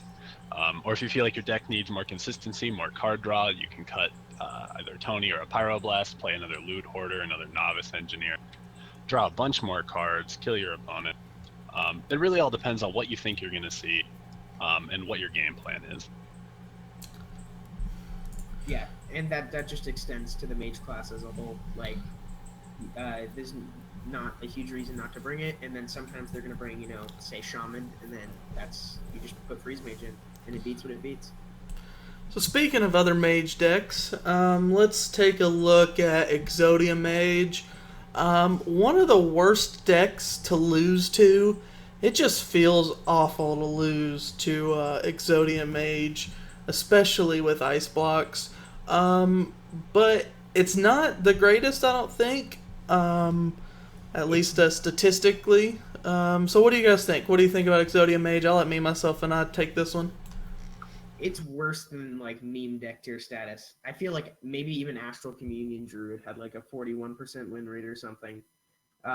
It's just getting played a lot because it's cool and it's fun, but I don't think you have to worry about people bringing it, except maybe if you're bringing like Elemental Shaman and mid-range Paladin, or like Control Paladin, and like these are decks that you need to ODK.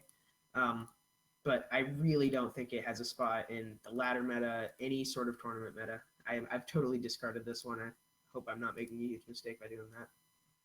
I don't think you are. I don't think this deck is even, it's not good enough to be played, and I don't even think it's memey enough for the bad hombres to bring it, and that's all that I'm going to say. Yeah, games take too long. Man, well, statistically, this isn't a deck. Statistically, this was a deck, right? It's not seeing play. It's not winning. It's not around anymore. I did see on Hearthstone Top Decks, I'm not sure if it was a meme or not, there was an aggro quest mage that was kind of the tempo mage, burn mage shell, except it had the quest in there, and you played Shimmering Tempest and one Kabbalist Tome, and that was fun. And you had Arcane Giants in there too, but like it's not, the quest is, it's a powerful effect, and the compromise that you have to play to get it to work are just not worth it compared to just killing your opponent instead of taking 2 turns to do it. Yeah, I just don't see this at any point gracing gracing us with its presence. Just at no point. Yeah, I think like at the point where it actually was in the Vicious Syndicate tracker, I don't think it had a single favored matchup.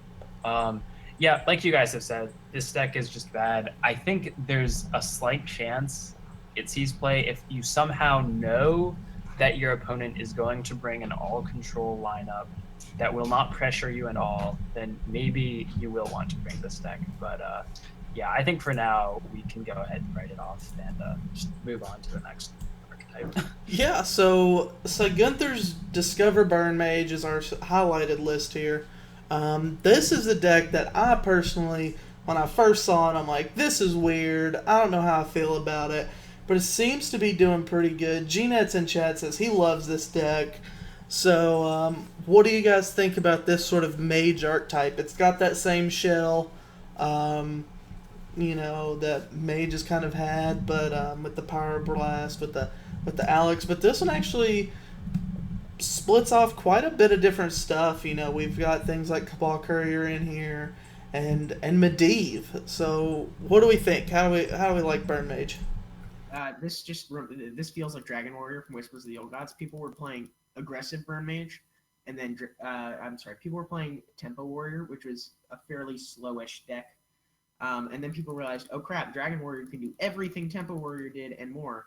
And that's kind of what happened with these aggro burn mage and this slower burn mage list. I think it looks like a clusterfuck of like, what the fuck are these cards doing together? But it still is the same odds of drawing Mana Worm as the aggressive decks did, and then it has a backup plan. So I just think I think Vicious Syndicate was right in reclassing this as Burn Mage. But yeah, I think it totally has a place. It's great on ladder. A lot of success with that. So yeah, super excited about this. Yeah, I mean, when I first saw this deck list, I just thought there's no way that this deck is good. And it just looks so weird. Like it runs so much early game, but also Medivh and Pyroblast. And I honestly don't really know how you classify this. Like, I don't really think maybe it's a combo deck, but like I don't really think it's control. It's running Mana Worms. I don't think it's mid range because it doesn't have any good mid game minions. And a deck that runs Medivh is definitely not aggro. So it's really weird to me, but the deck works. It's just running that core, like we talked about, of Arcanologist, Medivh Valet, Ice Block. Like you just have such a consistent early game, and you can stall pretty consistently into getting Medivh or into getting Alex Straza into burn. I think it's really good. You can call this a mid-range deck, right? Like, if you compare it to mid-range Druid, you're okay in the early game, you dominate the mid game, and you have really powerful threats that end the game out of nowhere. I think I would call it mid-range because you generally have strong individual threats and incremental value generation, and you're not going to win through incremental board presence because you expect your early minions to die. So I would ultimately say this is Freeze Mage that's less focused and more well-rounded and wins the mirror almost every time and has a decent chance against other decks. I think they're both pretty viable, but the way this is built, you get to do some stuff in the mid game and also get to steal wins with Cabal Courier because Discover is a really, really powerful mechanic. Yeah, whenever you have these decks that are sort of an amalgam of your game plans, there are a ton of ways you can take it. Just that Warrior Shell and Whispers of the Old Gods, as I keep referencing. There were so many ways to take that deck. You can put Elise in here if it's feeling too light. You can go for a more combo-centric build. I've seen lists even run Antonitis, and then maybe why run the Super Freeze Mage? But there's still tons and tons of room to grow with this list. And we should also note Burn Mage is the reason this deck is called Burn Mage is because you kind of end the game more quickly than it looks on paper, because the deck on paper looks like a pile. But also there are other Burn Mage lists out there like Hemet Tempo, which is super duper fun. I don't know if it's good, but the high end of the deck is 2 Fireball, 2 Portal, 1 Pyroblast. And when you have an Ice Block up, you play Hemet, and then you're guaranteed to draw Burn every turn. I don't know how good that deck is, but I can tell you it's really fucking fun. Yeah, just the burn potential combined with more mid-rangey threats, it really harkens back to old combo Druid, combo mid-range Druid. It scales up the minions. It can get out of control real quick. The one thing I think mid-range Druid had over this is really heavy, sticky minions. It could really beat like Control Warrior pretty consistently just because of its minion presence. This is more of a burn presence. It's more of like a finite win condition, but even then, I still think it's super potent.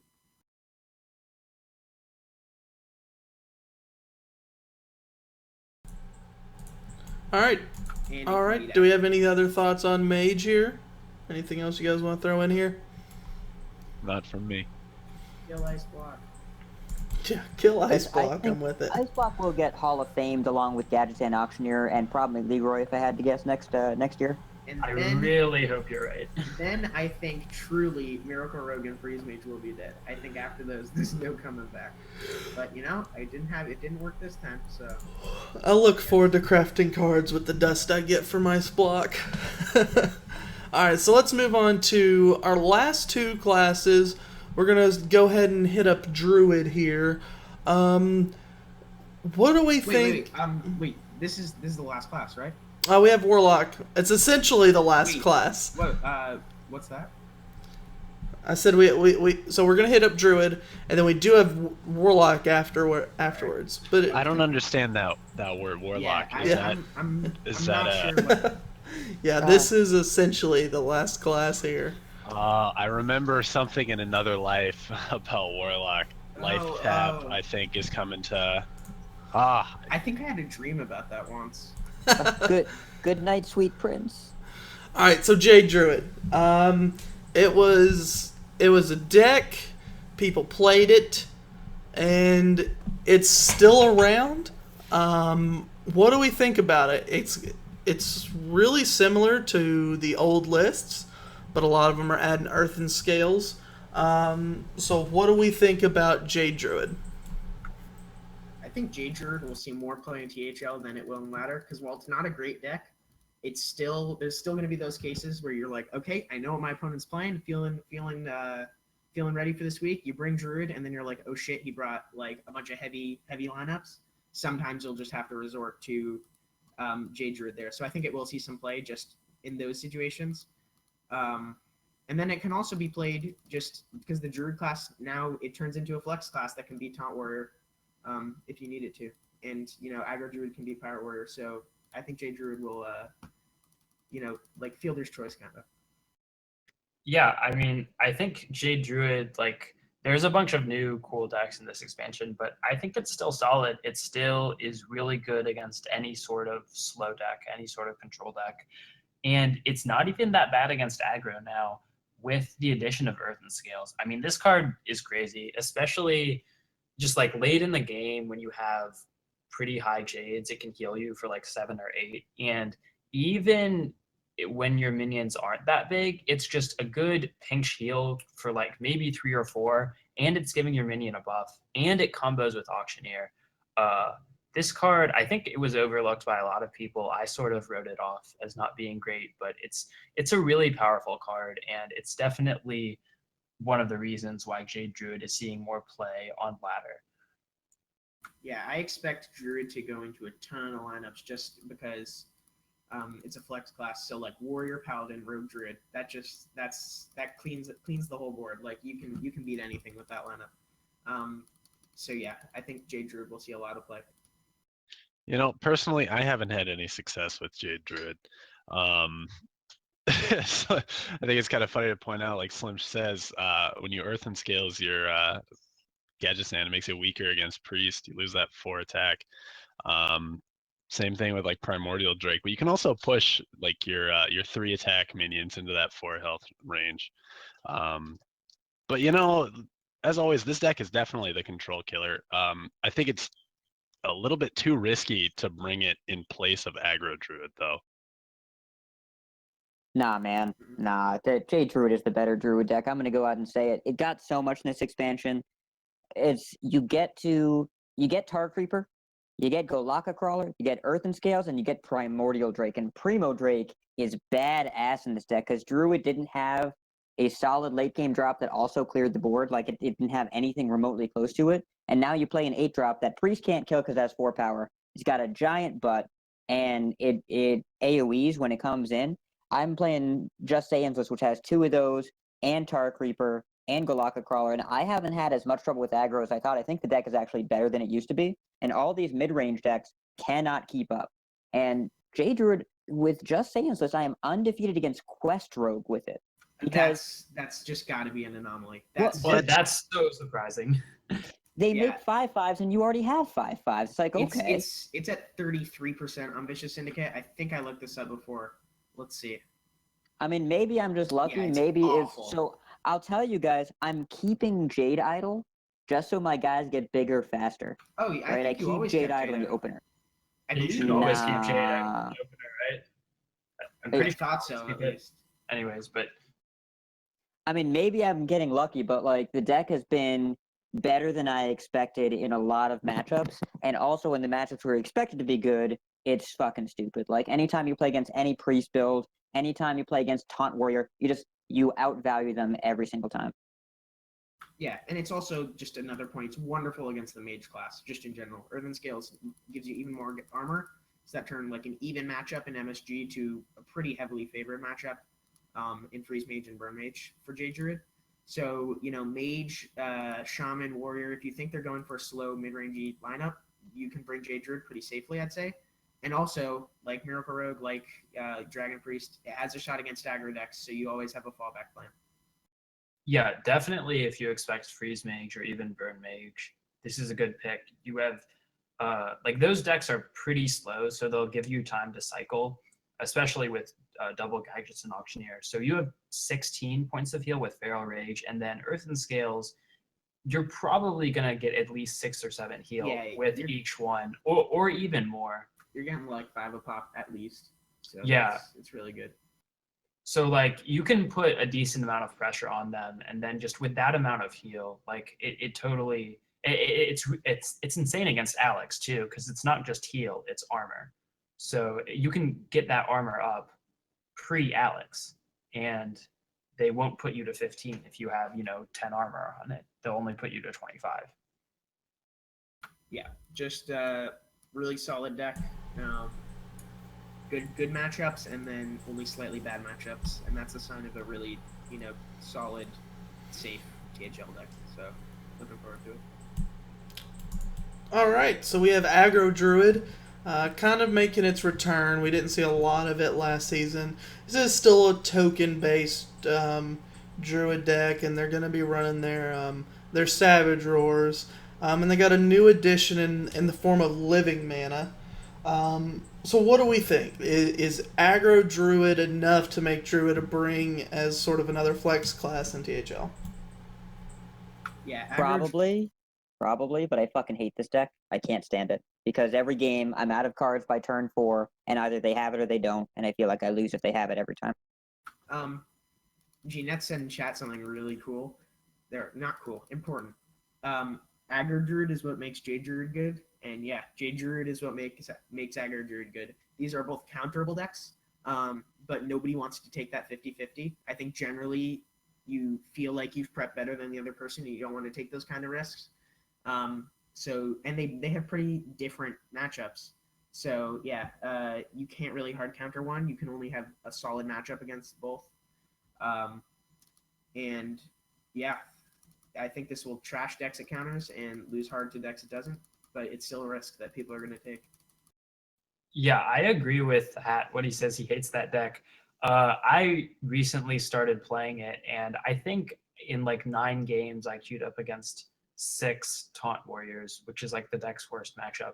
I just feel like you run out of cards so quickly, and like if your opponent just has a board clear, then you end up losing. And maybe you get Living Mana, you get lucky and you have that refill, but if you don't, then you just lose.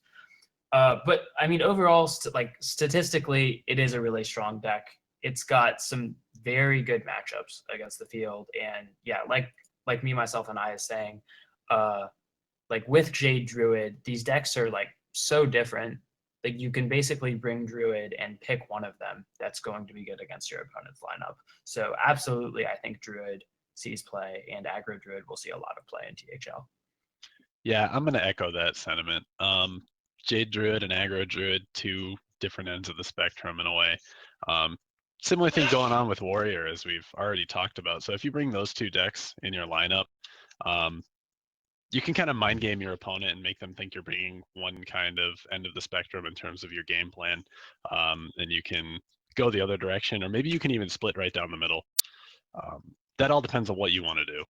Yeah, I hate to say rock paper scissors because it's so much more complicated than that. But yeah, you can go to aggro lineups. You can go to aggro decks with those 2. You can go to control decks with those 2. Not control, but heavy. And your opponent doesn't know what to expect, so they're gonna have to take a risk on that. And that's the case with Warrior. It's kind of the case with Rogue and Paladin too. So yeah, those are some really, really strong flex classes. I will also say that Aggro Druid, a recent trend that I agree with, is putting Vicious Fledgling in the deck. The card is dumb if it lives a turn, and you can make it live a turn a lot, especially if you play Innervate, which is also a good card. But the kind of steamrolly builds might not be what you're going for, because it does have a solid matchup against Pirate Warrior, and I believe that card hurts it a bit. So it just depends on what you're trying to beat. But yeah, I guess if you're going to try and beat other aggressive decks where you can get on board faster than they can, just depends on your opponent's lineup there. Yeah, Vicious Fledgling, I've played with it a little bit, and it's kind of like it's a really risky card, because if they have removal for it, then it's just a 3-mana 3/3. That's not too great. But if you can just get one attack with it, then you can just snowball into a victory. Especially if you manage to get Wind Fury on the first attack, then you already just have 2 attacks. Or, sorry, you just have 2 adapts immediately. I know Jack Sox was playing that in his list on stream, and I was sort of giving him shit for it, but I can definitely see now why it's good. It just, like, it really works fast for you. All right. Do we have any other thoughts on Druid before we head down to Warlock? I think Innervator's too good. it's pretty clear what you're going to try and do with the Druid class when you're bringing it. You can take it a few ways. So yeah, it's just not something. It's not something that you can play around. There's no easy way to go about it in the THL format. So we're going to see this a ton. All right, cool. Well, next up we have Warlock. Warlock right now you see a couple of archetypes out there. Those being Zoo and Handlock. So kick us off with Zoo. I'm gonna let me, myself, and I take this one. We know Brewski had a cool little run with it, but that doesn't necessarily mean it's good. So give me the rundown here. I think that this was expressed during the aggro shaman thing, which is you want a really sticky aggro decks to counter, I don't know, maybe Jade Druid or Caverns Rogue. I think aggro shaman does make the cut, and I still stand by that. I just don't think this does, and obviously, just through statistics, I don't think there's any other way this finds its way into a THL lineup. So yeah, I think Zoo is. I want to say. I want to just cast it aside like Exodia Mage. Maybe there's some context for it where it could be good, but I just don't think that exists in THL format.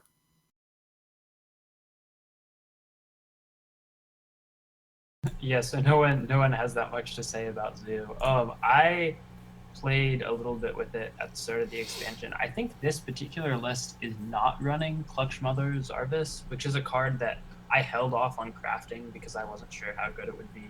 I know a lot of people are really hyped up about that card because it does seem really strong, but ultimately it's not great unless you're really going all in on the discard synergy, which I don't think you want to do because I don't think that makes for a consistent overall deck. The one thing that Warlock has going for it is that it also has Handlock, and Handlock and Zoo are 2 very different archetypes.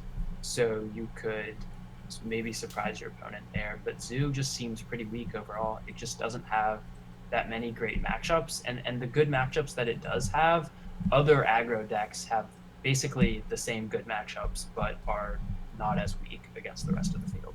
Yeah, the only ways you can really emulate the other aggro decks is to take a token build, which is worse than the other aggro decks token builds, and it also loses its discard package, which is a source of huge tempo swings. So overall, it's just not a huge reason to play this, except for the reason you mentioned, which is it's a flex class. All right, yeah. Warlock Zoo is definitely not the biggest deck right now. What do we think about Handlock? Can it? I mean, is I guess what I'm going to ask is Warlock with Handlock and Zoo just a worse version of the combo that Druid has? And I'll let Tim take this one. Let's see what your thoughts on Handlock are. Yeah, I'm entirely unimpressed with Handlock. I wanted it to be good. I know it's got access to AoE in the form of Shadow Flame, Hellfire, Abyssal Enforcer, but it just doesn't do what it needs to do. It dies outright to aggro decks, at least in my experience. It doesn't have a lot of strength against Freeze Mage, and Paladin, which I'm sure is going to be very popular, can make sticky boards with adaptations, with buffs through Cold Light Seers and the Murloc War Leader. So I just don't think Handlock has a place, especially in THL.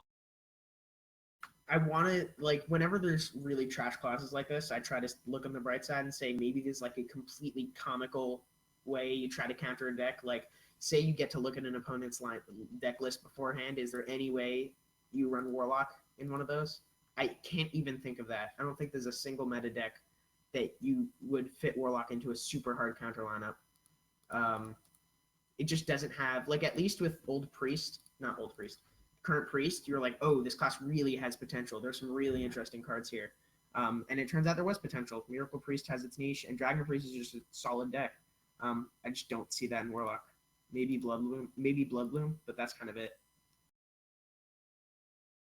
The only thing that makes me more sad than Warlock right now is the fact that I'm almost out of wine.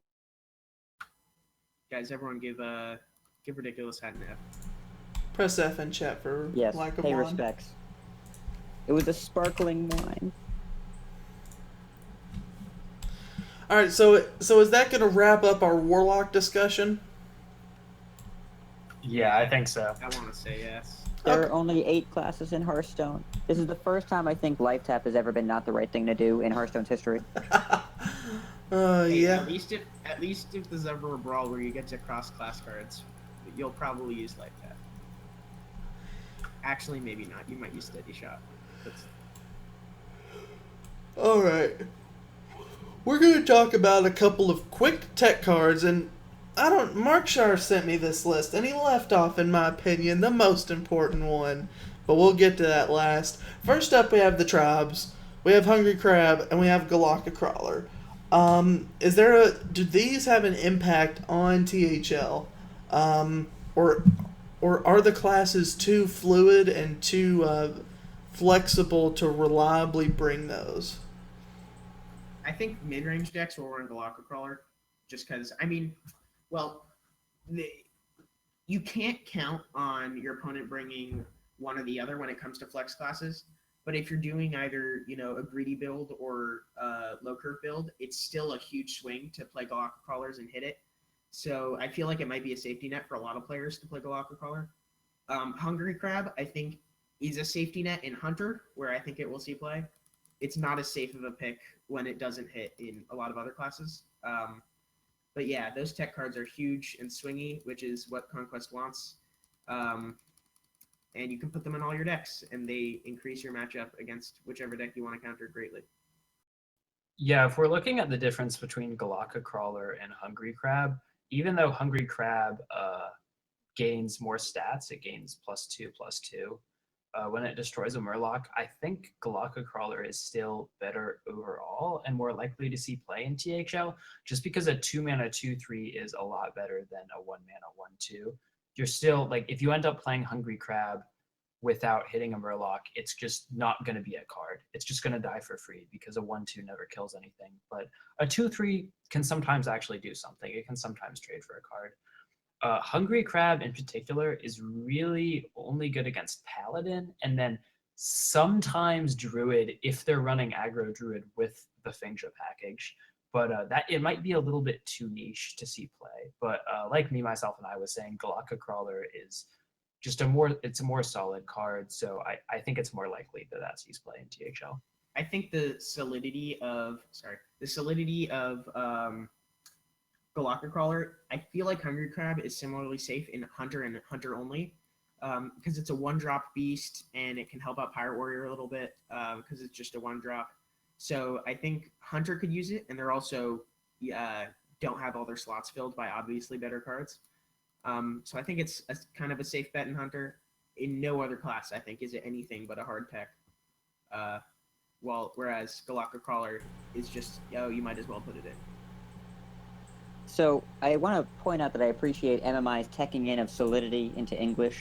I'm pretty sure it's not a word, but he just ran it out there anyways, and I think it's done very well.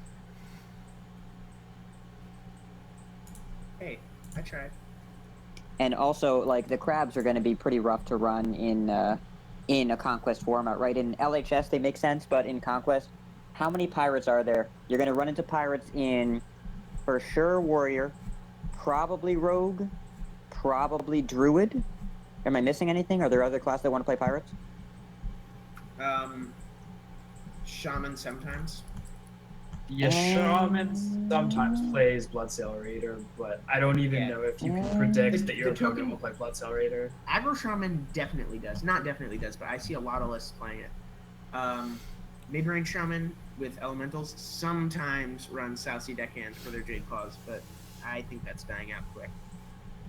So the thing I think we've neglected to mention is if you see your opponents bringing Paladin, it's pretty safe to assume that they're going to have Murlocs unless they're going with the more Silverhand Recruit variant. But I think that's much less popular. So I think if you see your opponent bring Paladin, you can feel pretty safe in bringing Hungry Crab in your lists. Yeah, and Hunger Crab actually isn't terrible if you're also playing Murlocs, because eating a 1/1 is not the worst thing in the world if you made it from your Vilephan Inquisitor hero power, or like you trade the 1/3 in and it's a 1/1 and then you eat it and upgrade it. It's not the worst in the world. It's not ideal. And they're talking about in the chat about in Token Druid, you can go turn 1 Crab, turn 2 Mark of Yasharaja. The card is fine. It's just, it needs specific circumstances to be relevant. I think both these cards will be mildly relevant at some point. They'll probably be in a highlight video. But generally, I think including cards this specific in Conquest might be a mistake unless you're really targeting something, right? If you're really targeting Warrior and they're Pirate Warrior, then sure, you can bring Crawler. If you're really targeting Paladin, yeah, you can bring Crab. But otherwise, you're going pretty specific on targeting one deck. Well, you get to decide if you're running 3 Crabs in your 3 decks. You don't get to decide whether they're running Murlocs in all 3 of their decks. So if you're going to try and counter one thing, you can put in those tech cards as opposed to your as opposed to your tech card being useful only against 1 or 2 of their classes and then getting disposed after 1 use. So I think it is better in Conquest than LHS. I disagree with you there. Yeah, well, I mean, the strategy in Conquest, right, is you pick a deck to bully and you make sure that deck can't win. So it's not that these cards don't have a place. LHS is more for a wider spread of cards, but a lot of times, and you're probably right about Hungry Crab, but Galaka Crawler, I think, is probably better in LHS. Yeah, I think what remains to be seen is we can pretty much guess that Paladin is going to be really good, but is it good enough to be targeted, or is it so good that it'll pick up a win anyway? You can't count. Yeah. There's no 3 decks you can pick that you have a more than 50% chance of beating it 3 in a row. And if the more extreme you go, the more likely they are to lose to your opponent's other 2 decks. So I think you have to try and go middle of the road with them and hope to pull off a win in one of your many even matchups with mid-range Paladin. Like, while it doesn't lose too much, it doesn't destroy much either. So, yeah, there's always that. All right, let's move over to some weapon tech cards. These are something that you see pretty often in THL, especially if you bring a weapon heavy lineup. Although I'd argue weapons kind of have died off a little bit versus some of the older metas, I feel like. We have Acidic Swamp Ooze, Gluttonous Ooze, and Harrison Jones are our 3 weapon killing cards. Are these going to be seen? Do you think they'll be seen? If so, which one do you think has the best potential to make it? Which one do you think will be seen the most if they are seen? I think Gluttonous Ooze will always have a place in mid-rangey decks that want a better shot against Pirate Warrior. So that means Burn Mage, which I think is okay against Pirate Warrior, but could use improving. Maybe Dragon Priest even, or some sort of Kazakus Priest will probably find a spot for that since they have 30 of them. But yeah, all of these sort of value-oriented mid-rangey decks that it's not a huge price to pay for, a big swing against Pirate Warrior. So I think it'll get played sometimes. It's not going to be like as prominent as Acidic Swamp Ooze was in the Aggro Shaman Pirate Warrior meta, but it'll have its place.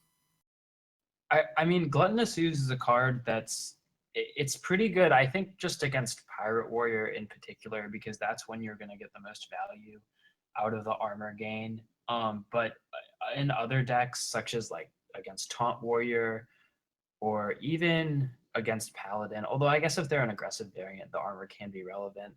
But I'm just not sure the extra armor does that much compared to Acidic Swamp Ooze, because you're definitely losing a lot by playing a 3-mana 3/3 as opposed to a 2-mana 3/2. And I actually think that the old Acidic Swamp Ooze is going to see more play as an anti-weapon tech, just because it's so much, it comes out a turn earlier, and it's just a much better tempo play. Like a 3-mana 3/3 is really weak. A 2-mana 3/2 is actually pretty good. And if you're bringing this, even though you're only going to be bringing it against weapon classes, there's always going to be probably 1 or 2 matchups where you're just going to have to play it for tempo. And just the fact that it comes out a turn earlier it's just so important in my mind. So I would probably run Acidic Swamp Ooze over Gluttonous Ooze. Yeah, I'm still not convinced that Gluttonous Ooze is much better than Acidic Swamp Ooze. I think the bonus that you get from Gluttonous Ooze might not just be worth the extra mana. Or the 400 dust. Yeah, that's actually not something to kind of. I think there are, 5 seeds mostly that are free to play and have started the game recently, and the opponent can sort of not worry about Hungry Crab possibly if they're scouting out, or if someone like expresses that they don't have many cards in Discord or something. So there is a factor to that. Gluttonous Use obviously has an alternative. I was thinking this more in Hungry Crab's case. All right. So yeah. No thoughts on Harrison. We don't think we'll be seeing Harrison at all. He was around sometimes, and some of the older metas. Do we? Especially, I think we saw a lot of him in like Control Warrior. Do we think he can make an appearance this THL season? I would say no, just because as a general rule, the weapon classes that you're teching against are aggro, and Harrison Jones is not what you want. It's just way too slow. You don't need more cards against aggro decks.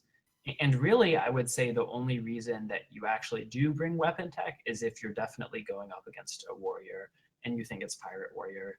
And yeah, Harrison is just too slow. I would be pretty surprised if it comes back into seeing play in this meta.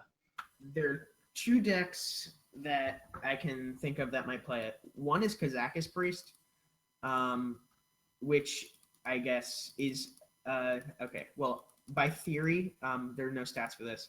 I think it's okay against mid-range Paladin, but not that great. This can help against that. It can help with the Ashbringer, and then also another mid-rangey deck that runs low on cards and might want that boost against Paladin is Elemental Shaman. I think could run Harrison. But yeah, if you're not trying to counter aggressive weapon classes and more slower weapon classes, which I think is Paladin only, then it's all right. But yeah, I'm just kind of trying to make the most of this. Yeah, I think the only class that Harrison Jones would see play in is Priest. And Priest already has that problem of having a ton of cards in hand, and Harrison is not going to help with that. Yeah, that's why I put out Elemental Shaman, because it's mid-rangey. It can swing other mid-range decks. It's still useful against Pirate Warrior, or rather not useless, and it can refill your hand. Oh, all right, cool. So, and Mark Shire coming in clutch. He gave me the image. He didn't have it originally. I don't know how I forgot about it. The granddaddy tech card of them all, Eater of Secrets. Mage is playing 16 ice blocks. We're getting secrets off of Hydrologist. Is Eater of Secrets a card that we could see in THL? In Paladin and Paladin only, I think. Or No way. In maybe- Miracle Why? Rogue. Wait, why? In Miracle Rogue. You put that in Miracle Rogue if your opponent is mage 100% of the time. Yeah, actually, maybe. Wait, why do you Yeah, think it's just I in guess Paladin? you're- What about Paladin in particular? Well, I was gonna say Hunter because they're both mid-rangey decks that usually have a tough time against Freeze Mage. Or Hunter doesn't always have a tough time, but it can help. And Hunter has Flare. But yeah, those are the types of decks that I imagine running Eater of Secrets. And yes, Miracle Rogue is one of those. So I totally forgot about that. A mid-range hunter doesn't typically have a huge problem against freeze mage, does it? Like, No. I mean, you're a little board centered, but you hit the button every turn. Yeah, not at all. But it's still Flare. It doesn't mean going from unfavored to favored isn't the only way you can tech. You can still take a slightly favored matchup and make it better with Flare. I think Eater of Secrets would be the sort of thing you see in any kind of deck that relies on board control, doesn't have a lot of healing, builds up incremental damage, and wants to pop that block early. And I think there's a lot of options that fit that criteria. Elemental Shaman, if you want to play it, really any Shaman, any rogue deck, especially Miracle, but any rogue deck could play it. And Paladin in particular is definitely probably more aggressive paladin, because if you have Happy Rag in your deck, you don't need it as much. There's any deck that's looking to win by board presence around turn 7 or 8, you want Eater. So it really depends on your opponent's class submissions, but if you're not banning Mage and your opponent brings Mage and you want to bring a deck or a lineup that's weak to it, you throw in some Eaters and you're fine. Yeah.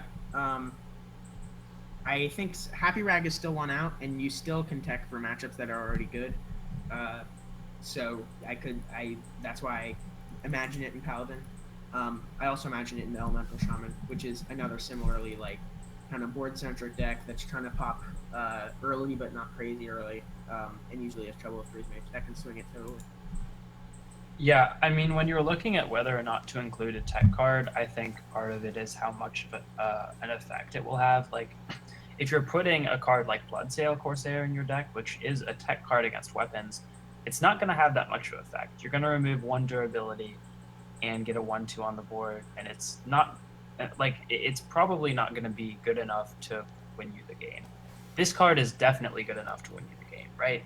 All of these mage decks rely on having ice block. They rely on having that extra turn to burn you out usually, and it's very game winning. It's not as good as Kazan, but I think if you are against mage, you absolutely play this because every good mage deck right now is running ice block, and then occasionally you'll hit like Paladin Secret, but that's not really important. Do you think Eater will be prominent enough to sort of drive out to scare away the mage class in a way? That's tough. I think there's definitely some people that will like G-Nets who are going to lose a game to Eater of Secrets and then never bring Mage again, or just concede the rest of the match. But overall, not really, because it's a pretty bad card in the other matchups. A 4-mana 2/4 is not what you like to see. So even if you do lose that one game to Eater, I don't think you're too scared. So I still think that Mage is going to be brought a lot in THL. I think it can replace other high curve cards when your opponent is playing Mage and then classes you suspect to be aggro, because a 4-mana 2/4 is still more useful than like maybe a High Mage or something. I mean, you're not going to be replacing High Mage, but wait, more useful than High Mage? Yeah, no, where are you going? Not actually High Mage, but it can replace other high curve cards so that it's not the opportunity cost of having an Eater in your deck isn't as huge. I'm not sure I followed that logic. I guess if you're playing against Mage and then more heavier decks, Eater, a 4-mana 2/4, is a lot worse than other stuff you could be bringing. Whereas it's all right, it's better than what you could be replacing it with in some cases against other aggro decks. All Maybe right. that could have made no sense. It probably did. Oh no, Eater Secrets has worked for me in the past. It's one of my favorite tech cards. I hesitate to say that on stream, but it's awesome. Don't bring Mage. Ice Block sucks. So I'm gonna do a couple things here. We didn't really have this in the document here, but I'm gonna go through and ask a couple of quick questions about some of the classes. First off, what do you think is a class that you personally will not bring at all this season if you had to pick one? Other than Warlock. Other It's than a Warlock. little more difficult for you guys. He said class. Yes, enough. Yeah, so just anything on here, what do you think? I think no one should answer Warlock, really. It's kind of a cop-out. But I'm going to say Priest, just because I still don't think it's just statistically good enough to see play. Silence Priest might be okay, but I still think Priest, time and time again, it has the same weaknesses that we've seen for attack minions and just in general spot removal. Unless it has Shadow Word Pain or Shadow Word Death, it can't deal with like big minions. And it's also just, it generally still has a passive early game. You're going to see a lot of turn 1 passes if you don't get your Northshire, a lot of turn 2 hero power pass, hero power their face, the light shall burn you. And early game tempo is extremely important in Hearthstone. So I do not see myself bringing Priest right now. I think it's still just too weak overall. Slimsh is gonna give you some disagreement there. I don't see him in chat right now, but he was thinking Priest is pretty good. But Ridiculous Hat, what are you thinking? What's a class you don't see yourself bringing, or just something that you don't see as the strongest deck, especially on sort of like a week one bring, where we don't have a lot of information on what people will be playing. Week one's gonna be very crazy. So what do we think? First of all, I think Markshire is behind in the emote meta. The correct play on turn 2 is blessings to you when you heal their face. So you got to catch up on that. There's a new hero. Nah, Anduin is best waifu. Okay, we'll fight about that later, but you're wrong, and I'll tell you why. Anyways, Hunter I think is the answer after week 1, but I think week 1 people will bring Hunter because it's well rounded, even though it's well rounded at being mediocre. I don't see myself bringing Hunter. I expect over time, Shaman's still pretty shady. I don't think there'll be a lot of Shaman. I think you'll see probably a good amount of Rogue, good amount of Druid, good amount of Warrior, for sure Paladin. Mage will be common. Yeah, Hunter is the one I don't want to bring, but I think it'll be pretty common week 1. And Shaman is going to be hard for me to find room for in my lineup. If I'm not targeting something real specific, I don't see Shaman being selected. It's almost eerie how similar that was to the answer I had, queued up in my mind.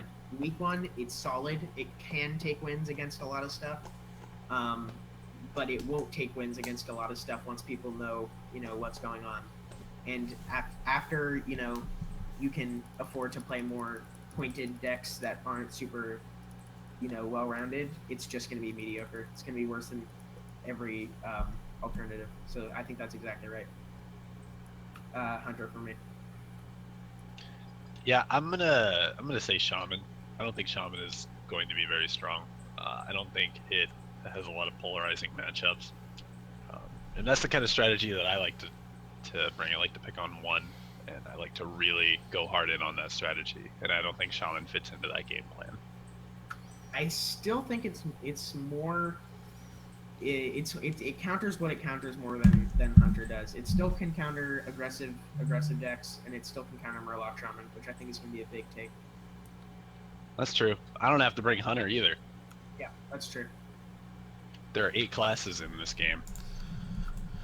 All right, cool. So that's some interesting answers. Yeah, I was a little surprised to see someone pick Priest. I figured Hunter would kind of be the go-to, but Markshire, or me, myself, and I in our head gave me some interesting thought there of how it could be good week 1, but as the season progresses, it's going to progressively get worse. That was Our hat. All right, so next, what do you guys think are the top 2 classes?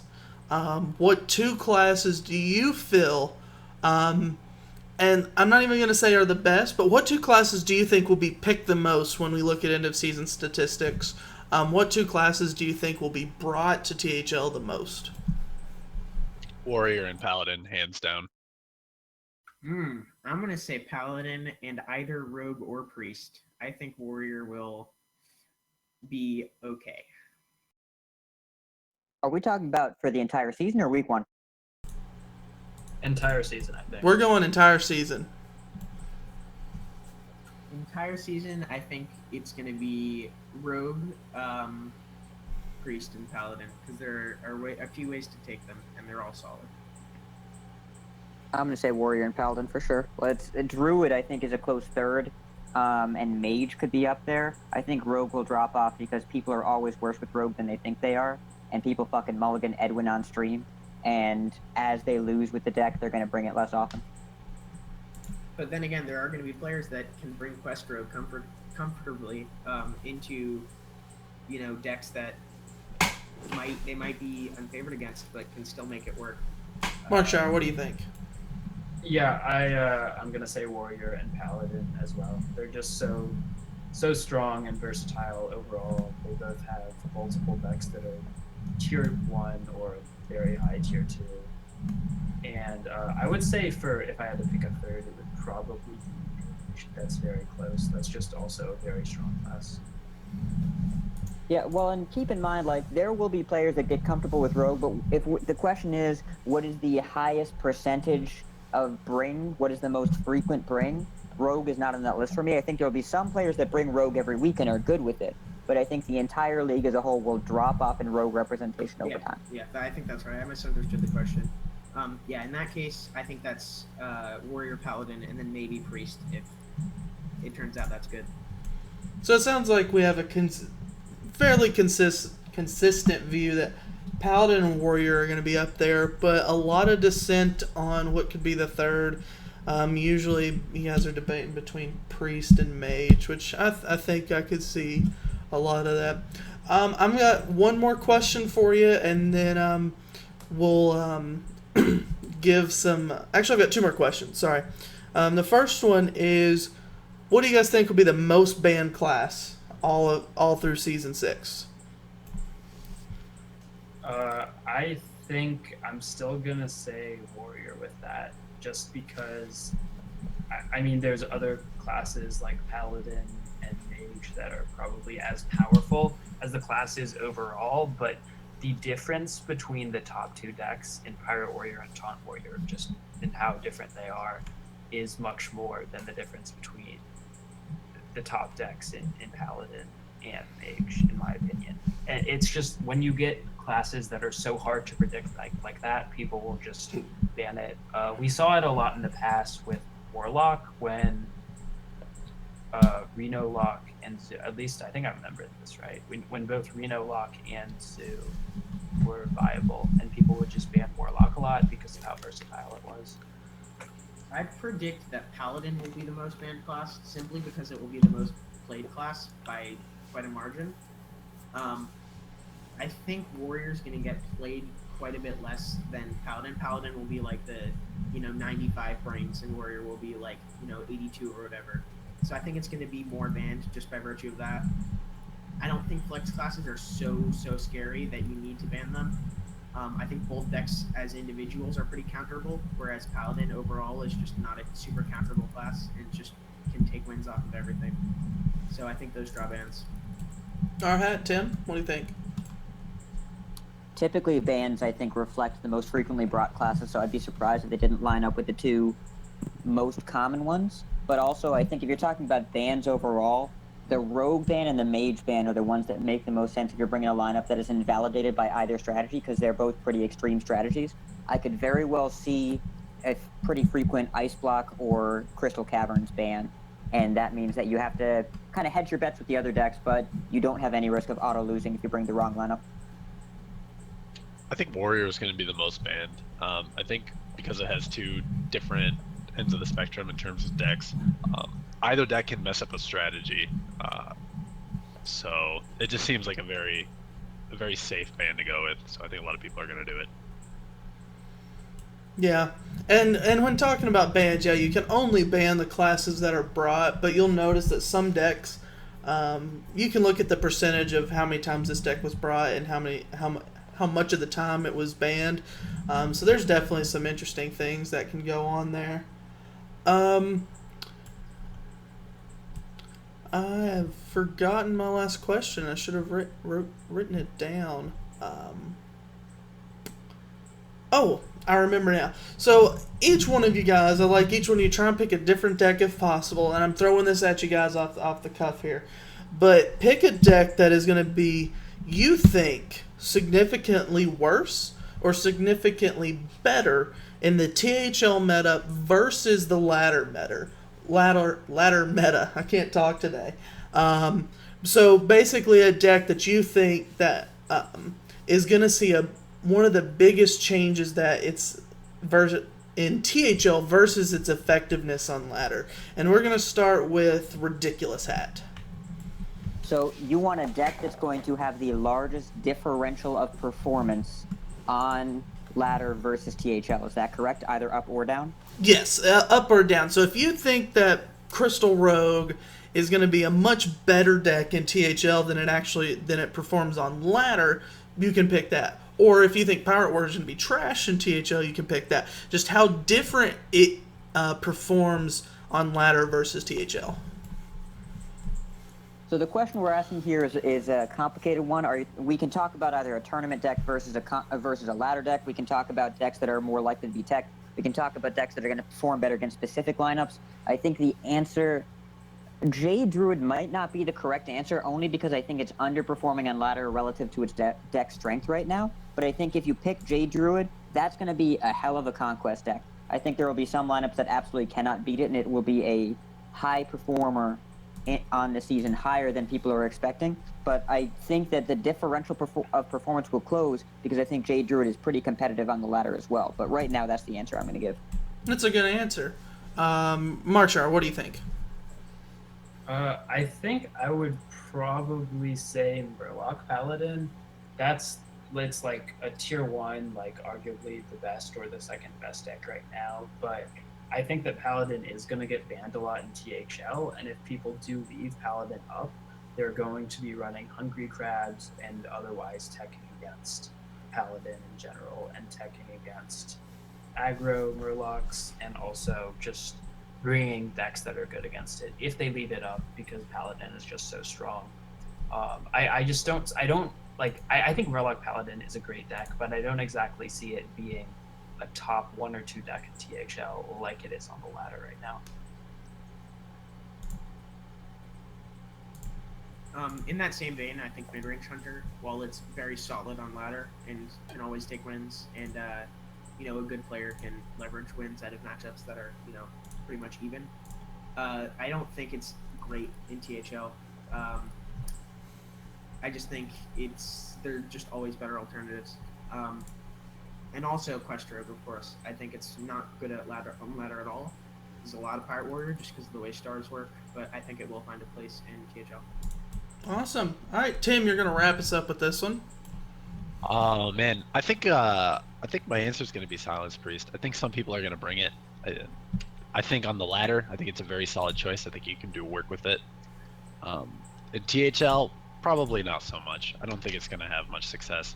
Or I'm going to be totally wrong. I'm just going to blow everyone out. Either way, it's going to be one end on one end of that spectrum. That's awesome. Info for your week 1 opponent. I'm actually going to answer this one because I've been a big fan of Control Shaman. Spirit Echo is such a cool card. I purposefully stayed out of this discussion because you guys know way more about the THL meta and Hearthstone metas in general. But I really think Control Shaman's got its place. It's so much fun. I'm not sure if Spirit Echo is the right card, but man, when it works, it works. So before we go, do you have any parting words for our audience? Any tips heading into THL Season 6? We're starting in like 2 days.